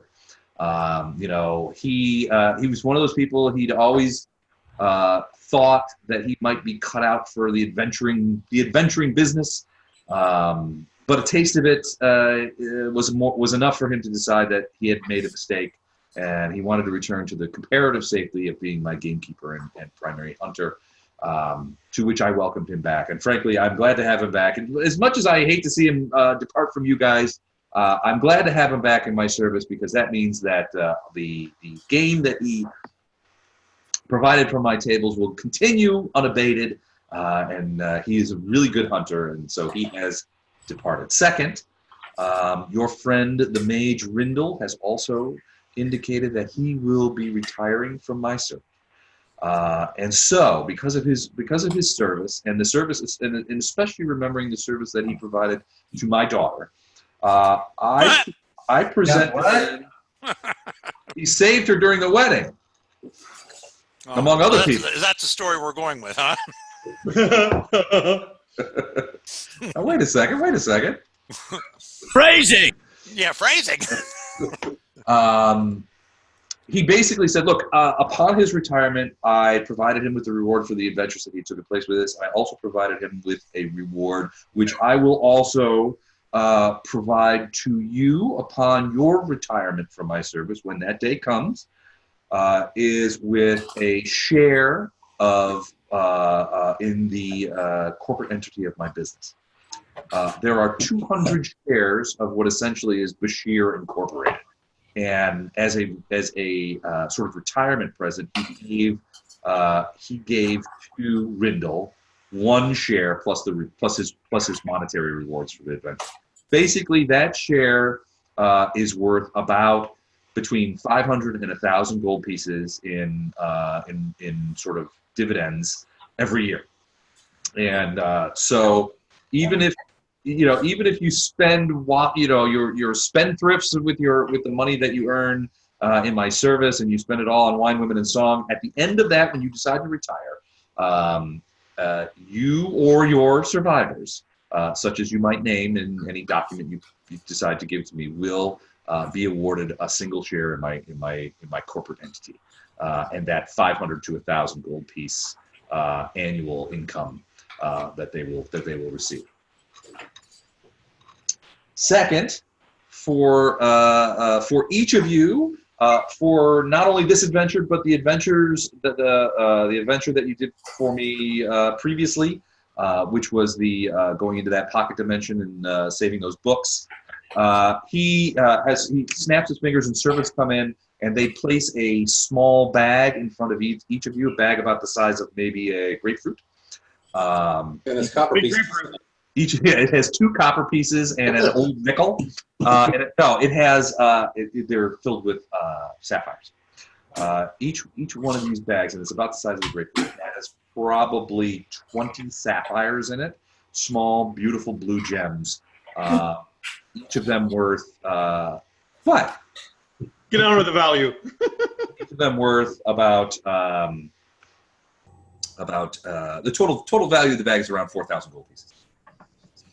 Nice. So divide that by 20. So what, 200? Is that 200? Yeah. 200 of each. He tells you these are for my sapphire concern down in the the holds of Katapesh, where my sapphire miners pull these out. These are beautiful sapphires. They're the best in the world, and these are for you. Thank you. He also says now. And where is this mine located? In Katapesh. Where's the secret mine located? Yeah, no kidding. It's not secret. It's got guards. If you want to go down there and try and raid it, I guess you supposedly could. But don't play mind games with us. That's the hook. We just got the next hook. Yeah. How much does each character get in sapphires? 4,000 gold pieces.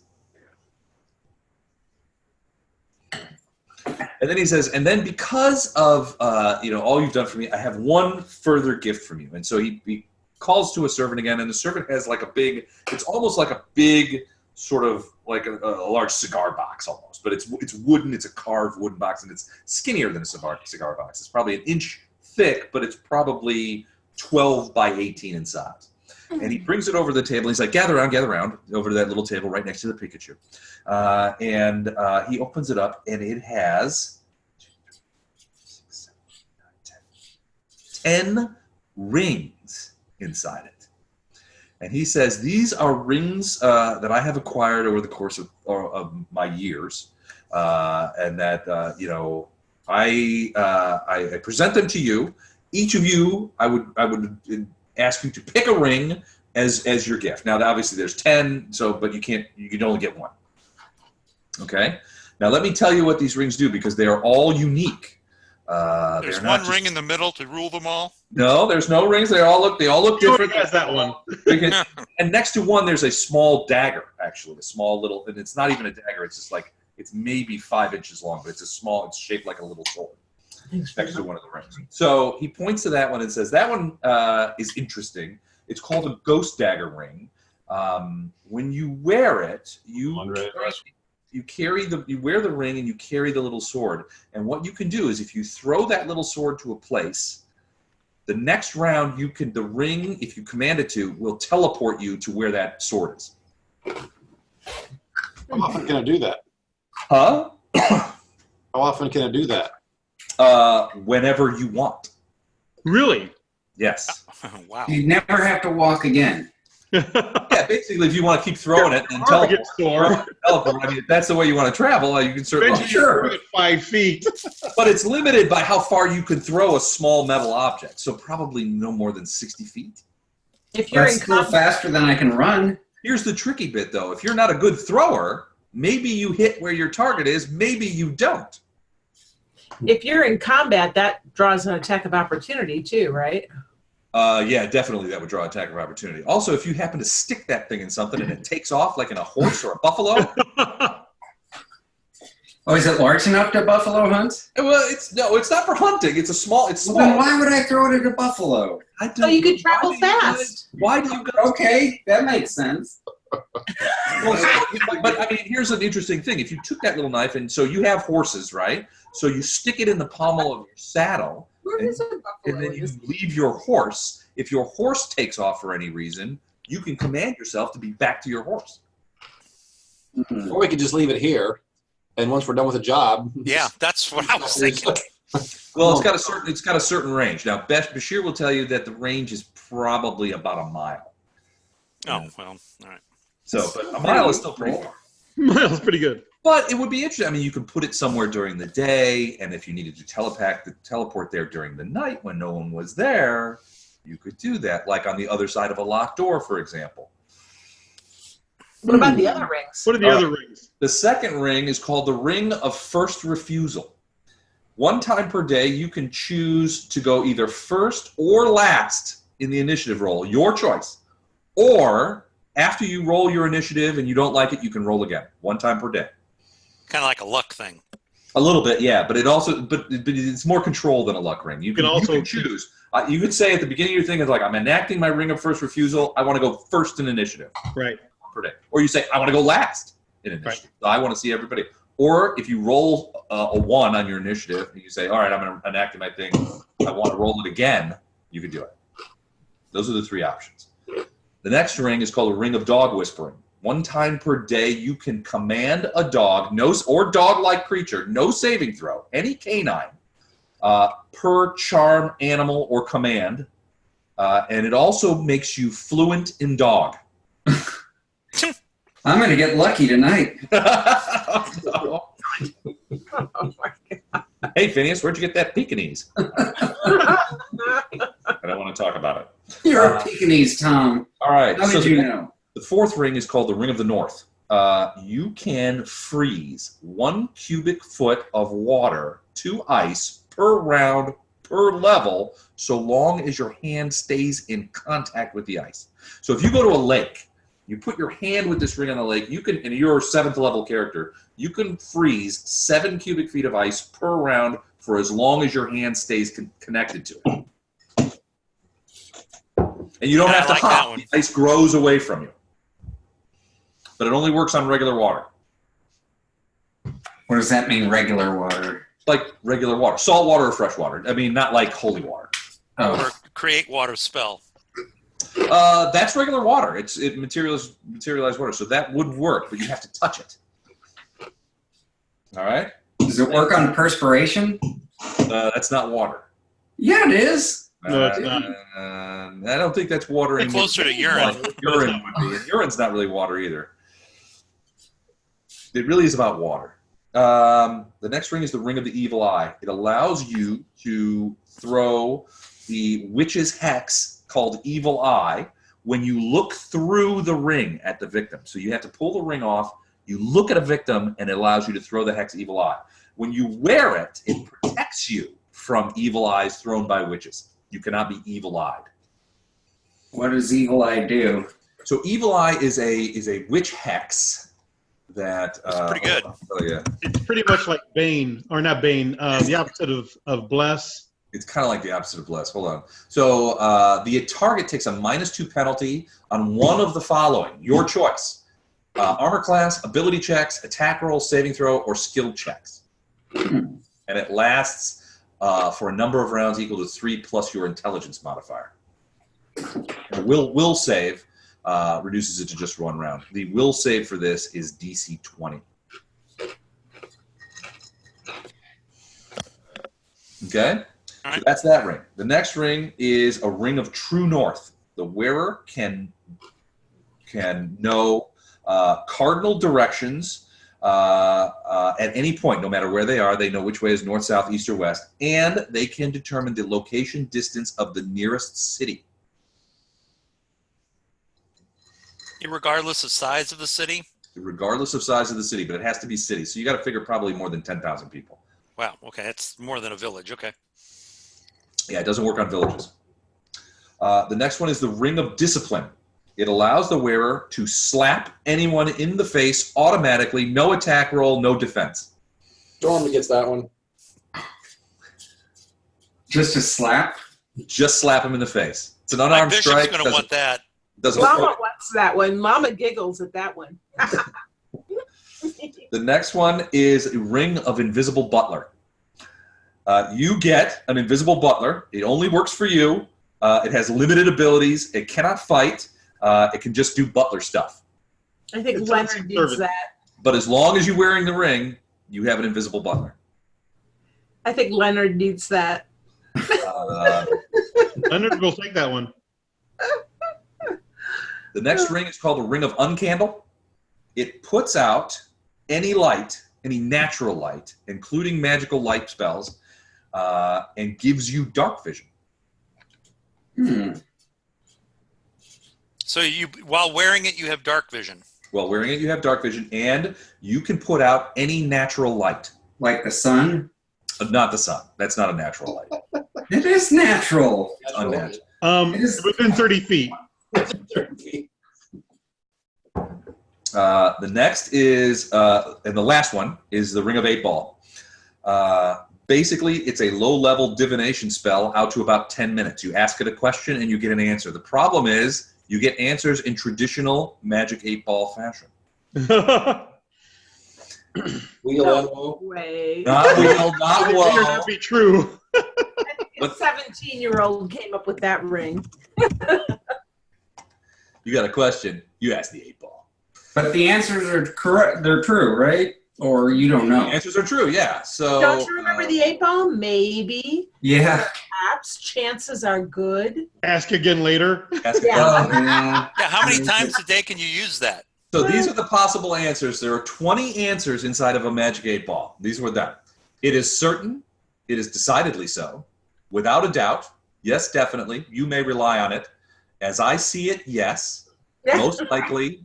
Outlook good. It goes bad from here. Yes. Yeah, it goes downhill. Yes. Well, yeah, it's going down. So there's, then reply hazy, try again. Ask again later. Better not tell you now. Cannot predict now. Concentrate and ask again.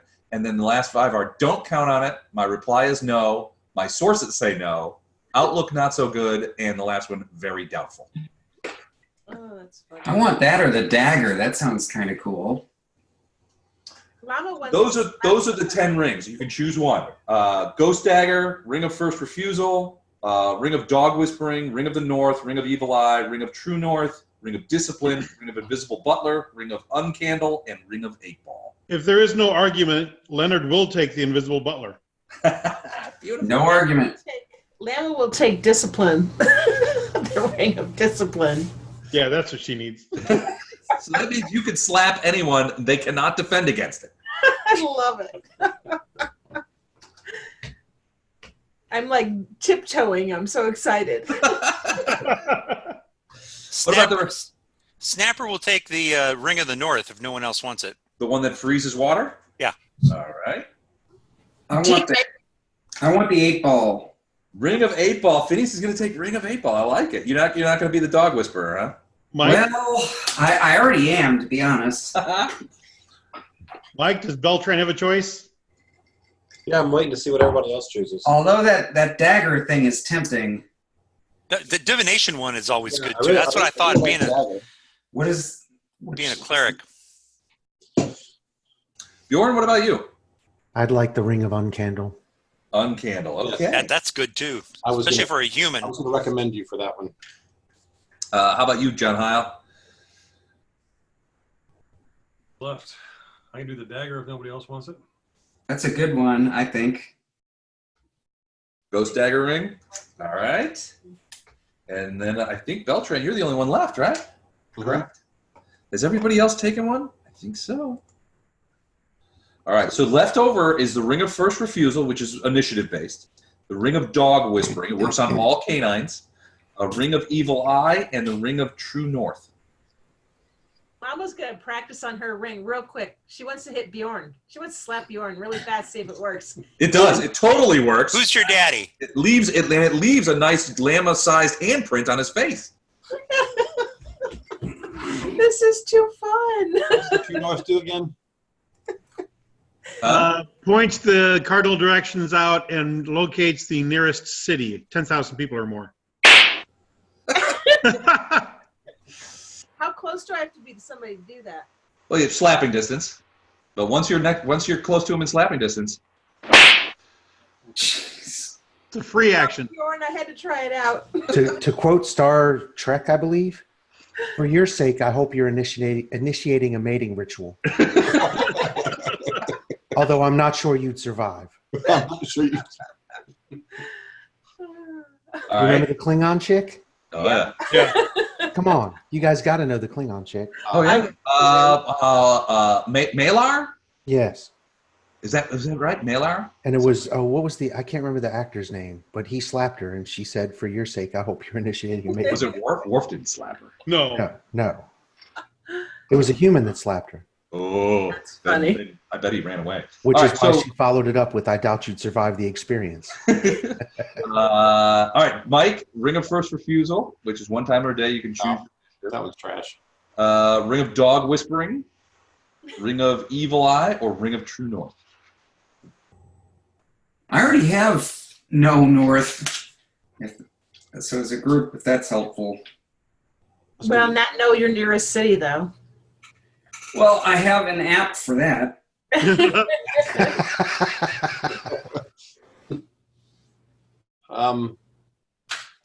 Probably Evil Eye. Llama, stop it. Which one now? The Evil Eye one? Yep. The Hex? Okay, perfect. All right. The rest go back to Bashir's collection. I will send out to everyone later this week, perhaps, the powers of those magic items for you. So at this, well, go ahead. Go ahead. With the retirement of your magic user, you need one for your court, correct? I do. Rindle was a splendid magic user, but he has decided to go into the magic shop business. He has departed Katheer for parts unknown. If you have no objection, I would like to throw my hat in for that role. So you too are considering retirement from the group? Yes. So be it. Can I have his ring? Your share. No, I get the ring. Get the ring. Your share in the business will be issued, and you are now officially my court magic user, my court wizard, and astrologer. Okay. And so everybody's kind of like shocked. Is like, what? Leonard is retiring? He's retiring from the group? How can that be? But yes, he has taken his payout, his buyout, and he's going into Master Bashir's service. He's probably would just tell you guys, you know what? I've crossed a lot of oceans with you dorks, and frankly, I can't believe that you didn't get me killed. Lama slaps him. Oh, damn it. I was trying to get away before that happened. Yeah, but with her strength, she just knocked him unconscious. I know. Yeah. He's like, I can't believe you guys didn't kill me, and then all of a sudden, hits the ground, But yeah, so Rindle is retiring. Any other retirements? No. Lama? No. You're thinking about it, though, aren't you? She wasn't until she got the ring. No. Now she's like, I'll never retire. All right. So, is that an at-will magic item? the slap thing? Yeah. Yeah, it is. Oh, crap. Oh, crap. But at least I can see in the dark now, so maybe if she's sneaking up on me, I can run. You could run away, yeah. Or lumber away in that heavy armor of yours. I don't run very much, but Nope. Can you slap on the ass or any place you want? Or Yeah, Anywhere you want. Does it like have any damage, like 1d3 or anything? No, it's just a sort of like it's not a gentle slap, but it's more like a it's not like a punch. So if you're talking about unarmed damage, you're talking about like punch. You're trying to hurt them. It's the slap that hurts so bad or hurts so good. Can it slap and tickle? That's a different ring. Well, I mean, it's a second attack, but yeah, okay. So later from Lama's room, you hear, Leonard, we will miss you, party pooper. Yes, I will miss playing with Don, so to speak. Phrasing, I know. No. I reached mandatory retirement level. You did not. Actually, mandatory retirement level is 9 plus 1 experience points. So you still could go, but with C-Team coming up in a month. Oh, I'm good. Yeah, now's the time. He made 8th level. It was time to retire. Last that you know. You did? Can I have his experience points? Oh, yeah. You can't have my experience points. No, you can't have his experience points. Why not? Your own What's he experience. gonna do with them? Still. You get your own experience. But so let's look. Chuck Bjorn, you are at 6th level and only 3,000 away from 7th. So you're within striking distance. Yeah, I looked at that list and I was like, when did I miss so many weeks? And I was like, oh, no, that's the dead guy. That's the guy. So Lama, you feel like a weird sort of like tickling sensation, like like somebody tweaked your ear. Okay. And someone needs slapped. And then about a minute later, you feel it again on the other side. What? It's like somebody touching your ear. Okay, I'm slapping at my ears. Spinning in circles. I don't get it. I'll get it. I have no intelligence, so You see Leonard laughing over in the distance to himself. They're all laughing. You forget I slap Leonard again. I slide up to Leonard and slap him again. Anytime anything bad happens to her, she's going to slap Leonard. That's right. Nice. Out adventuring. Just a minute. I got to go back. Well, you forgot for a moment that he has an invisible butler. Oh, jeez. Awesome. which he took solely to torment you. I was not going to torment her until she slapped me. Benefit. At least he just tickled my ear. That wasn't so bad. Right. I'll retract my slap. The gooses are coming later. If she glares at me, I'll tell him to stop. I'll glare at him. So I have forgotten, is this a town that has access to whatever that magic shop is? Yeah, absolutely. So you're in Katheer. Katheer is a huge city. Probably one of the biggest cities in the southern reach. So let me see if I can. Jennifer, that's the text I sent to Les in secret. Very nice. Nice touch. Nice goodbye. So let's just go here. I'm going to switch this real quick.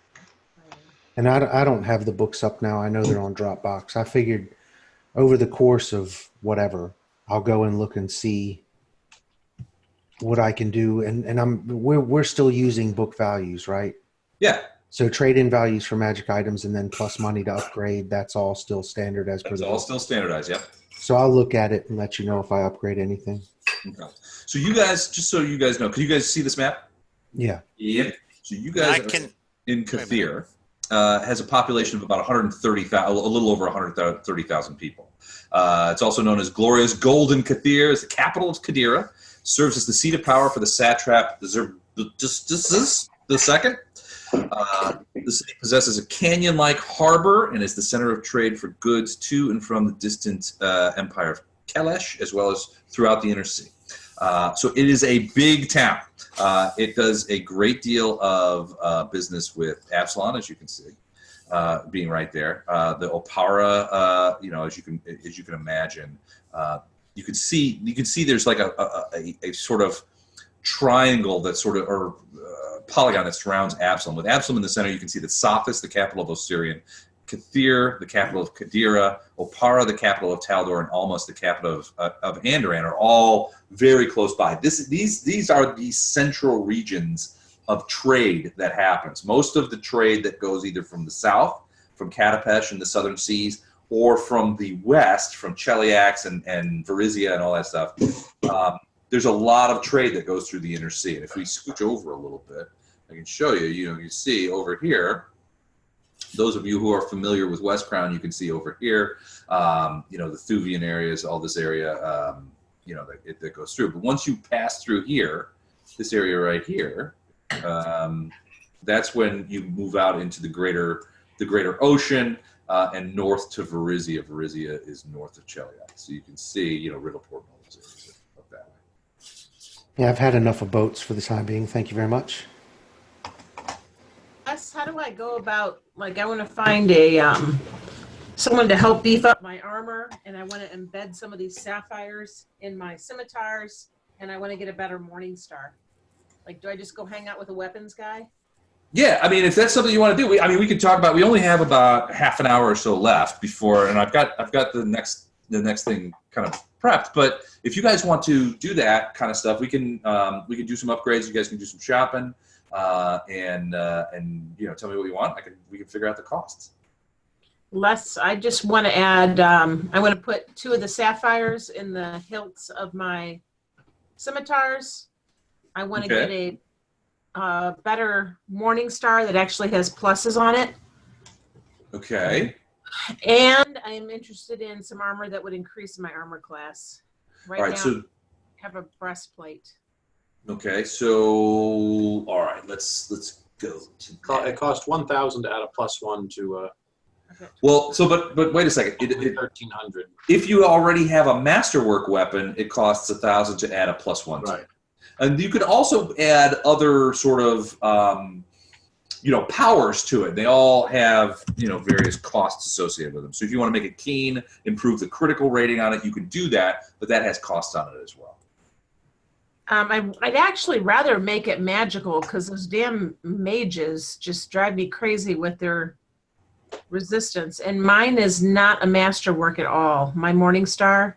Hey, but I will buy a +1. It costs you about a little over $2,000 for a +1. I will tell you that Snapper will offer to cast Masterwork Transformation on your item. So if he does that, which Llama was permanent very thing. So it would be exactly $2,000 and not a little over $2,000. Okay. Because that's I need to do the same thing. I'll get my AC up, but. So that would be $1,000, and then I just want to embed the sapphires. So that's just some labor to put the sapphires in the bastard swords. Yeah, an extra 50 gold pieces for the both of them. I think probably something. Hey, Les, roll 6-sided for me. 6-sided. Yep. Okay. But then the next thing is going to be armor. Whoa. All right, so you have a. All right, so let's take this. So you want to ensorcel your morning star to +1, correct? Yes. All right, that will cost you 2,000 even because Snapper is going to masterwork your weapon for you.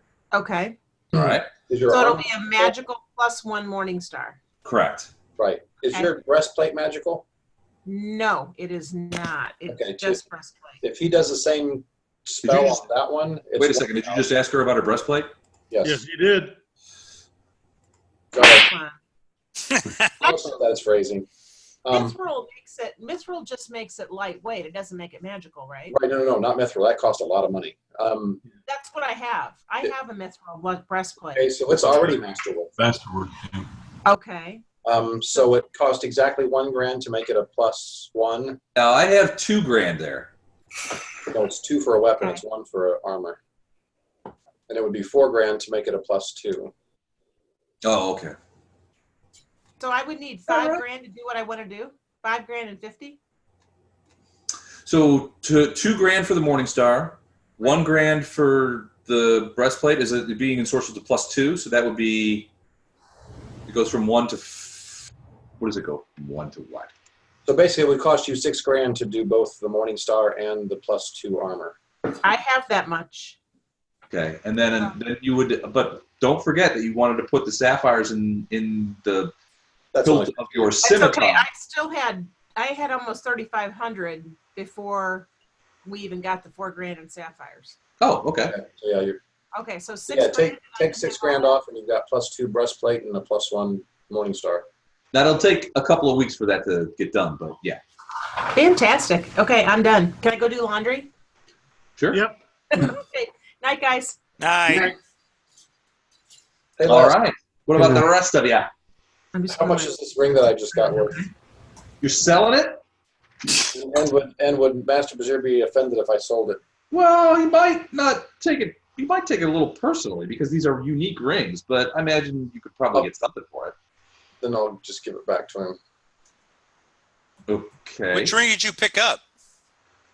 You don't like the evil eye ring? Huh?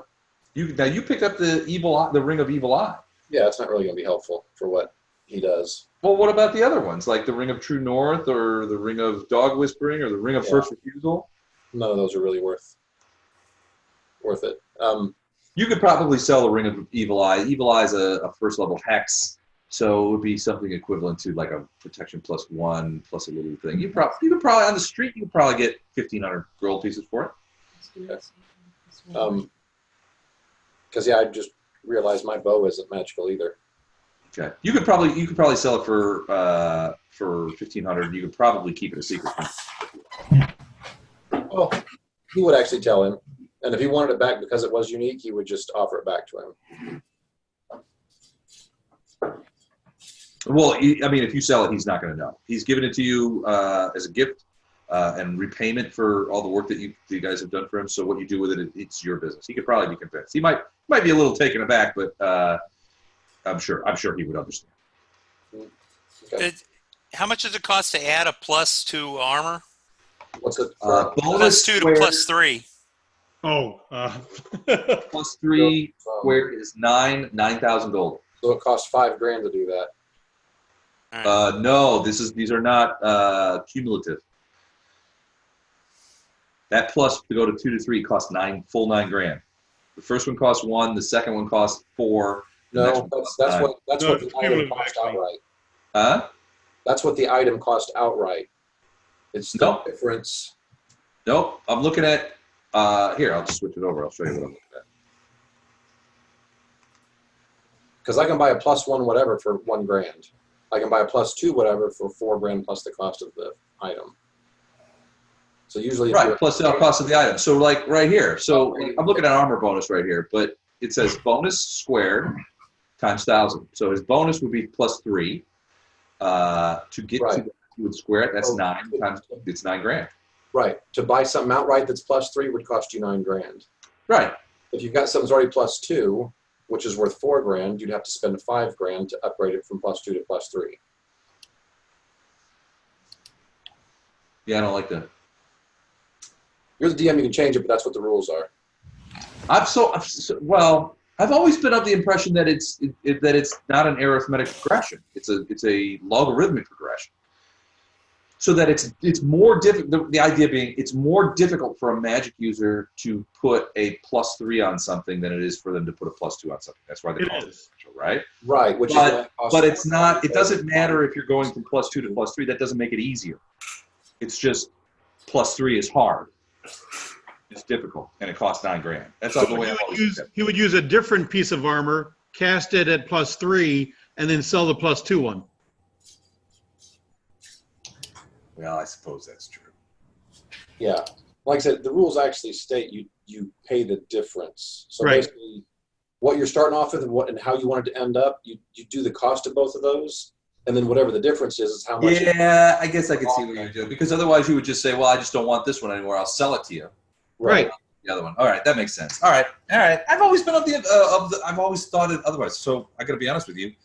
In the games that I play in, I've been paying hyper premium for my Magic. Well, you've been screwing yourself then, yeah. Screwing myself on my Magic item purchases. That's horrible. All right, but yes, that's true. Five grand to go from +2 to +3 then. Okay. Is that all you're doing?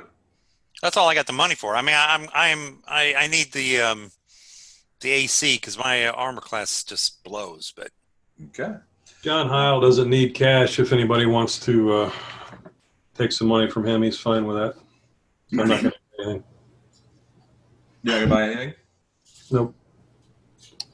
If I could borrow 3, I could make my bursts like amazing. Yep, that's fine. I'll give you that. The whole party would get the benefit of that. Yep. Okay, so I'll pull off 3. I'll leave me with 1 then for you. Okay. I'll pay it back. Yeah, don't matter. What are you buying for 3 grand that's going to make your burst amazing? Oh, it's everything I've got plus the extra 3. Gives me 11, which is what the phylactery of positive channeling costs. Ooh, what is that? Adds 2d6 to my bursts. So each of my bursts are 6d6 at that point. Wow. Made me a healing machine. 2d6, yeah. That's awesome. 5,500. 11 grand, it says here. Oh, I'm sorry. Yes. To have it made, yeah, 55. If I had the feats and could make it, it would cost me 5,500. But I'm sorry, I was looking at the wrong section. Yeah, 11 grand. You got the 11 grand? Yep. All right, I like it. So what are you doing there, Mike? Magic items. I'm buying me a channeling. What are you buying? He bought a phylactery of positive channeling. It adds 2d6 to all his channels, either to harm undead or to help you guys. So when I help you guys, I can do it 6 times, and it's 6d6 each time I do it. That is solid. So for trading, yeah, I can channel 13 times a day, so I'd have to. Damn. What were you saying, Chuck? How did you cheat to get that? For trading, I took extra channel 3-4 times. Go ahead, Chuck. What were you saying? For trading value. So if you have if you have a +1 ring, and selective channeling and scribe scroll, you would get full price for it. Okay. If that's your question. Well, yeah, that's I'm trying to figure out. So I think I can figure it out from there. Okay. So, Leonard, are you buying anything, or you've already bought something? Everything. I'll talk about it later. I'm retiring, so. Yeah. Just locking it in. John is done. Lama is done. What about you, Doug? Are you going to buy? Oh, you did your armored, right? Yeah, I spent 9 grand. How much was that phylactery though? 11. That's 9. 11. Yeah. What about you, Andrew? What are you going to do with your money? I don't know. I don't know how much money I have. 2, Okay. I don't know what I want to spend it on. All right. Well, you got. I tell you, hey, I mean, if the party it's that of course, I didn't have the money to begin with, and I need the AC. But if the party wanted another one of those phylacteries in use, holy moly! Yeah, that would be hardcore, but it's 11 grand. Because I can channel 13 times a day. There would be no reason really to. How can you channel 13 times a day? I took extra channeling 4 times as feat. Did you really? Yeah. You kept taking it over and over again? Yeah. Wow. I wanted to be a healing machine. That's what I'm doing. But All right. For Chuck, have you settled on something, or? No, I just. You're gonna use downtime to kind of like do a little researching. Well, I'm kind of looking at it now, but I don't have anything fixed. I mean, everybody else has sort of got an idea, so run with them for the, whatever. I think they've already. I think pretty much everybody's kind of. What is an amulet considered? Is that a wondrous item? Yes, it's a wondrous item. Yeah. Because I'm not seeing amulets in that list. On the sheet. What kind of amulet are you looking at? Natural armor. Yeah, it's $2,000 for +1. I think $8,000 for +2. So it's just like the ring. It's $2,000 for +1. Yeah. Can you see? Yeah, I can see what you're showing. Yeah. So that's. Okay. So I basically have enough because I have pretty near 8,000. I think I probably have about 8,000, but. Okay. You gonna pick up that? To trade in one, it would be $6,000 to get the next higher level. That would leave me with $2,000. I just need to look it over. Okay. Because I have. I'm trying to see what I can do to improve my ability to be a human shield, basically. Gotcha. Well, certainly you would not. Natural armor is one of those areas. And I had a fairly lengthy email with Dan about this. And Mike, please weigh in on the min-maxing aspect. But there's like maybe 12 different areas that you can bulk armor. So the thing about armor class is that if your armor is a particular type of armor bonus, it doesn't stack with armor bonuses of that type. Natural armor is a good choice because most adventurers don't have any sort of natural armor. So right. It stacks with everything else. It stacks with everything else, right? So if you're wearing armor and you have an amulet of natural armor, they stack. But right. If you try and do some sort of thing where it's like, the same kind of armor that you're trying to put together, like right. armor bonus and another armor bonus. Like I want to wear chainmail and plate mail. Both armor. Yeah, it's not gonna. Well, and it's the same thing with rings of protection. They stack with pretty much everything. Right. Yeah. Exactly right. They provide a different kind of bonus. I think it's a deflection bonus. Well, so that's an interesting point. I don't think it is because I used Hero Forge, and I'm sorry to interrupt, but no. I used Hero Forge because I tend to get confused between the different types of armor.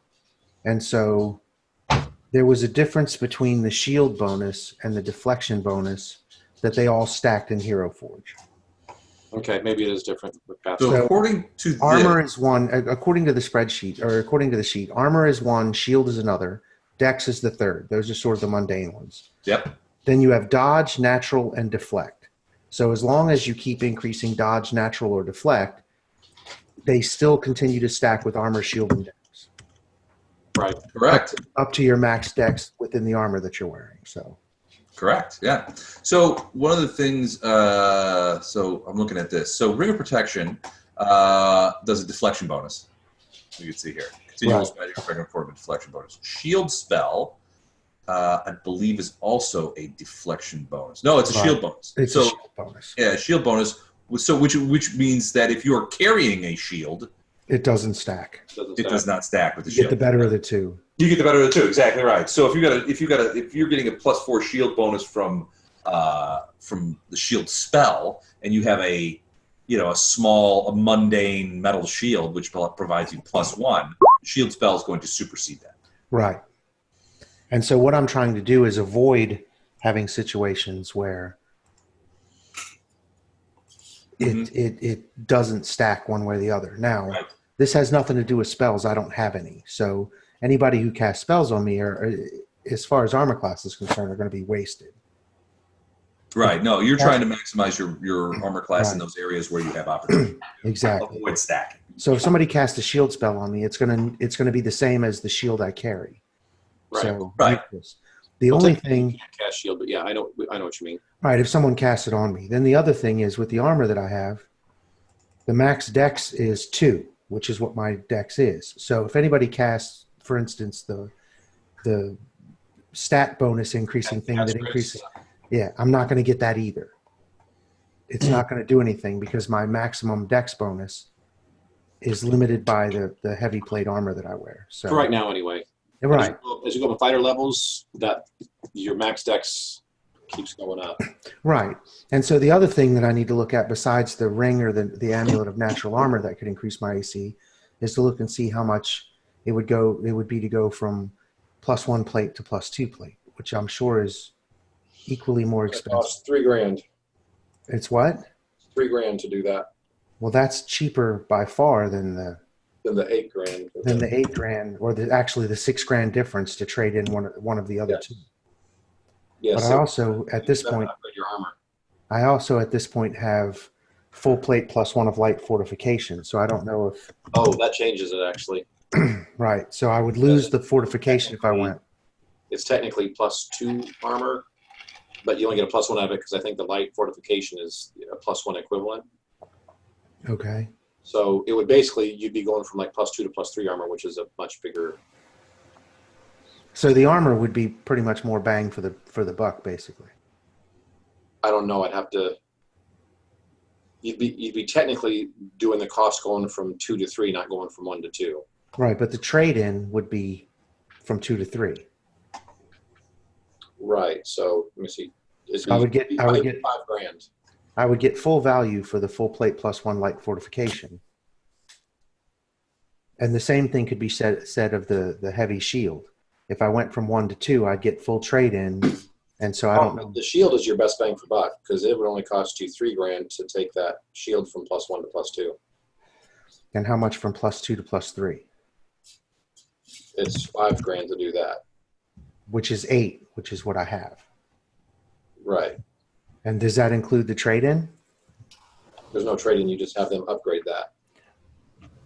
You give it to someone and they augment the magical ability more. Oh, okay. So it wouldn't be the idea of you sell back the shield +1 for full value, buy a shield +3 for whatever the value of that is?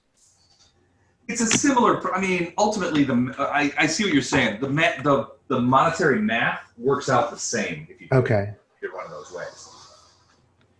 I was originally of the opinion that it didn't work out, but when you take it in the idea that you could take option B, which is like the idea of like, well, all right, I'm just gonna sell my current magic item and commission a full magic item as opposed to pay full price to have the upgrade. It doesn't. My way of thinking doesn't make a ton of sense. So yeah, I mean, the math works either way. So yeah, basically, it's you essentially assume a trade-in value. So for what Doug was doing when he was upgrading from 2 to 3, he only paid 5, not the full 9 that you would normally cost to go to right. So for me to go from heavy steel shield 1 to heavy steel shield 3 would be $8,000. Yep. And that would be +2 to my armor class. Yep. For that amount would be more than I'd get anywhere else. Yes, that would get +2 and also would allow us, if we hit you with like Barkskin or whatever else, whatever spell does natural armor, those would still work on you. Right. Well, it would be the same price as an amulet of natural armor +2. So essentially, it's 6 of one, half of the other. Do you want to invest that? It's the same $8,000. So if you want to invest it in upgunning your shield, it'll cost $8,000. If you want to buy the amulet instead, it'll also cost $8,000. You still get the same +2. The only difference is no, for the shield it would go to +3. But it would go from 1 but to it's 3. already +1. Right. Yeah, net it's again plus. It's just another 2 to your armor class. Right. And then that way, any spells that increase dodge, deflect, or natural could still be beneficial. Yeah, like Barkskin, for example. Right, because I already have +1 in those things, but if whatever the spell is goes +3, I'd basically get the +3. Yeah. Then Yes. I think I'm going to go for the shield because that sounds like a better option. Okay. Cool. So I'll have my shield upgraded to +3. Are you going to put a some sort of sigil on it or anything like that? If you do, you could come up with a design and show me what your what that arms will be. Is there an additional cost to that, or is that just style points? I'll do it it's style points. If you want to pop that in and just have sort of like something that a coat of arms that people will recognize. Oh, that's Bjorn from the north. Yeah, can I do that? How much extra would it be to put that on my armor? You could it'll be included in the cost. All right, I'll give you a drawing. All right, cool. Yeah, I'll work on I'll work on a coat of arms as well. Awesome. But that's what I'll spend my money on. So all of those sapphires and the money I had before is done. You're broke again. Now I'm back to being broke, which is fine. Perfect. Because I can go out and make some more money. But you're a better shield. So Andrew, a better shield. How do we forensic you back to how much gold you've earned? I haven't spent shit other than that one thing where we did the different dog races. I've got consignments of tea, and I suspect I've got quite a bit of money. I've got notes, but I didn't take notes on every game. Somebody else said, "Oh, I'll write it down." So, okay. So I guess my next question is: do most of the rest of you, besides Andrew, have a particular number that's close to what everybody else has? Can we proxy it that way? How much Andrew has? Because I'm assuming he got an equal share of whatever you guys have. Well, I've got on my notes from November 2017, 158 gold pieces. I just spent the 1,000 gold pieces that I got in December of 18, and then somewhere I've got 4,000 gold pieces and 450. Okay. And then of course I just spent the 5 with the sapphires and so I don't have dates on the 4,450, but the 4,450 sounds like the tea consignment. There were 2 tea consignments. Okay. I can look back through tell you what, Andrew, I will look back through my notes. Send me an email. So, well, actually, you know what? Tell me what you've got written down. I have notes that are so scattered because when I asked about it, you said, "Oh, we all get together and do some loot meeting or whatever." Okay. I don't remember exact words, but basically we get together and look at our notes and. All right, I can look back at my notes and see if I can put something together. If you can page through yours sometime this week and sort of write down a couple of what you're able to find, and we can backtrack it. We can forensic it. Okay, and I still have a bunch of charm animal and calm animal spells from the dog races back, and. But you were saving those to use on the Hobbit, right? Oh yeah, for dates and stuff. And I think I might have used one on Eric. Yep, he probably needed to do that. So yeah, I've got notes of different treasures, but I know there are sometimes somebody else said they were taking notes, so good grief. I don't even know what I would spend the money on, honestly. Well, you could go through. I mean, there's a couple. So for a bard, I mean, you could buy like a magical musical instrument, which extends your abilities in that regard. You can buy, there are books to improve skills. I mean, if you want, you can look at like these guys are doing and upgunning your armor, upgunning your weapons. Okay. There's opportunities in it. It depends on how you want to take this character. I don't know. He's getting close to retirement. There's really nothing you can do with him, so you should give your money to Leonard. Okay. No, you should give your money to the priest Snapper. Who's trying to build a mega church in a satellite network? No. Well, I mean, no, yeah, he's getting close to retirement. But what are you gonna spend it on? I mean, you just women and wine. There you go. So I don't know. Maybe let's as a bard would. Yeah. Let's look at better loot or something. Yeah, I guess I still have powers to assign from being promoted. I don't know the last time I took I don't know where I am, honestly. All right, that's cool. We'll figure it out. Don't worry. Yeah, I do know that I left a steam mephit with the town beast trainer. I'm supposed to get that back now that we're in Katheer. Here you go. Here's something that I think would be great for you is Pipes of the Sewers. If you learn the proper tune, which you would know almost right, you can pipe to attract 1d3 rat swarms if rats are within 400 feet. There's always rats within 400 feet. Oh yeah, really. Okay. I mean, sure. On the ship.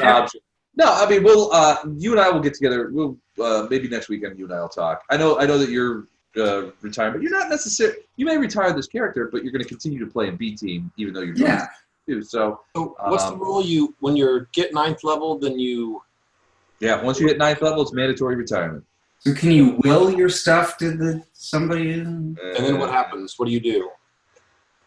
You, like Don did, you could, so Rindle decided that he was going to open a magic shop in some other city. No, what does a player do once they no longer have a character? Roll a new 4th level character. 4th, okay. Yeah. So I mean, it's flavor text, but like Rindle moved away to start a magic shop. Leonard took the position of court magician for Master Bashir, and so he's kind of sad because Rindle was his like womanizing buddy. Yeah, I mean, and he moved away. Women together. Yeah, it's sad. He didn't even leave a forwarding address either. I'll read you exactly what Rindle told me. Screw you guys, I'm going home. Yeah, screw you guys, I'm going home. This is what I got. Rindle is retiring and opening up a scroll and magic item pawn shop for adventurers. That's it. That's all I got. But it's like, it could be like, opening that shop up in town? Huh? Not in Katheer. Or, I don't know. Maybe it is in Katheer. It's possible. Because I can scribe scrolls. Maybe I'll, do some commission work for them. It's like becoming an Uber driver. I don't know. I have to ask him whether Rindle is going to stay in Katheer or return to Absalom, which I believe is where he's from. Which does not lack for magic shops, though. So maybe he wants to go to some little fart-ass village in Upper Bumble Farts and start a magic shop there. Rindle's place.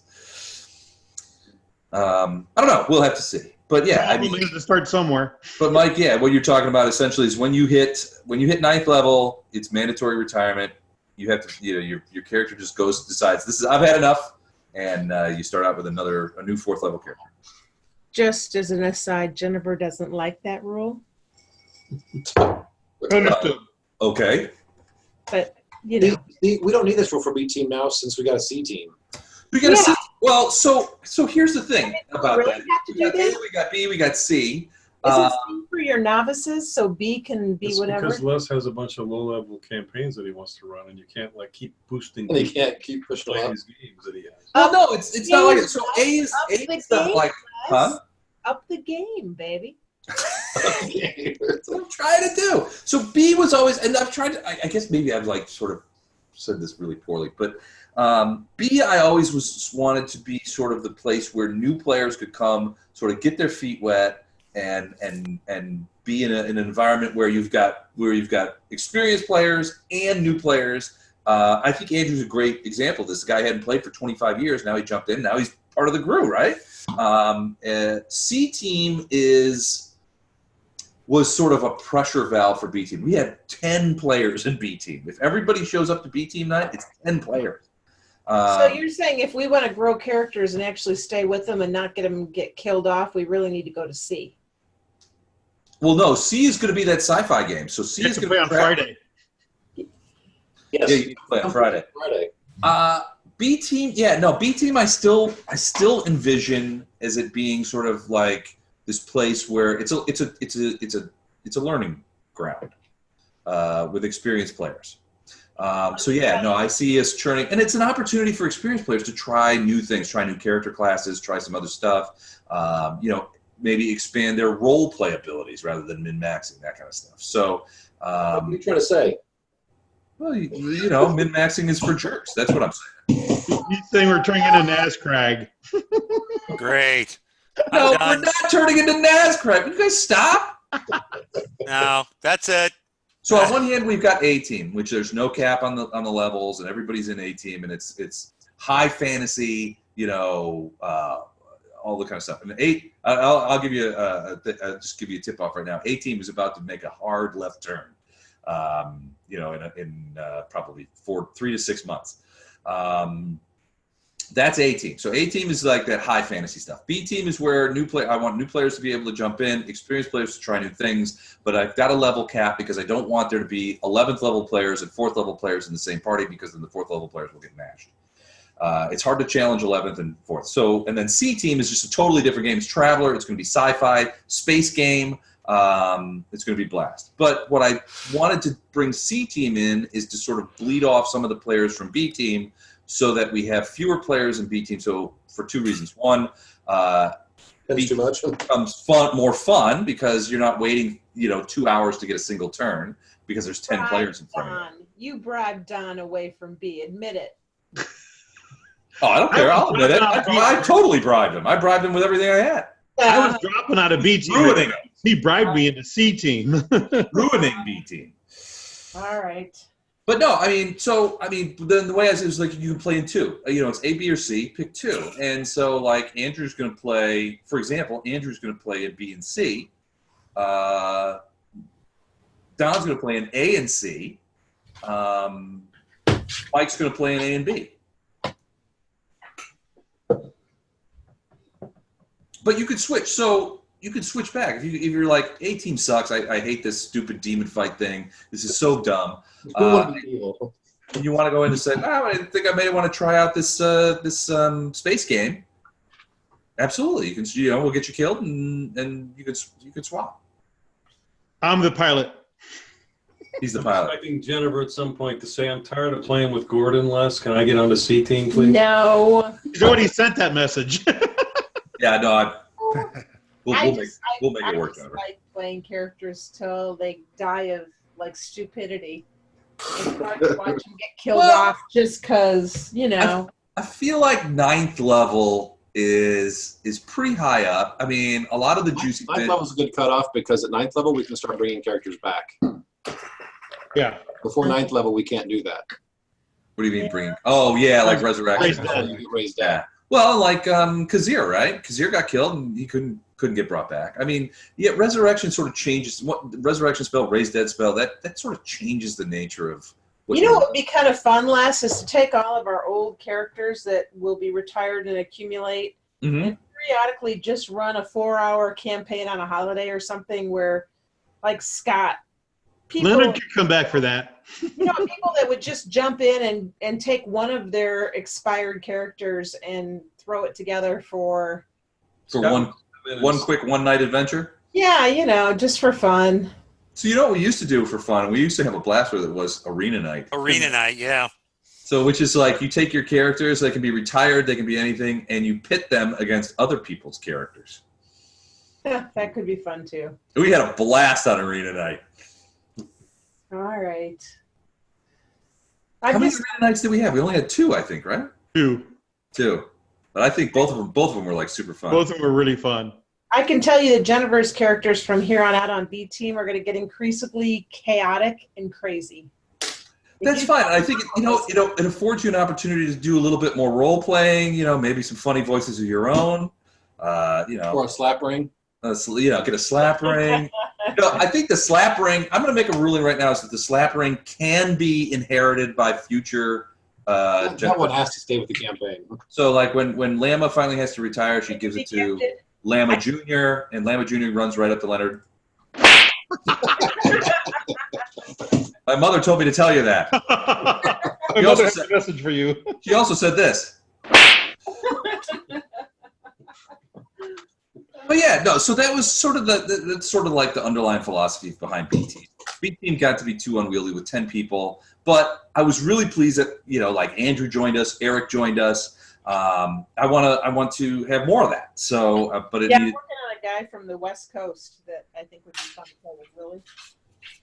You got a guy you want to bring in?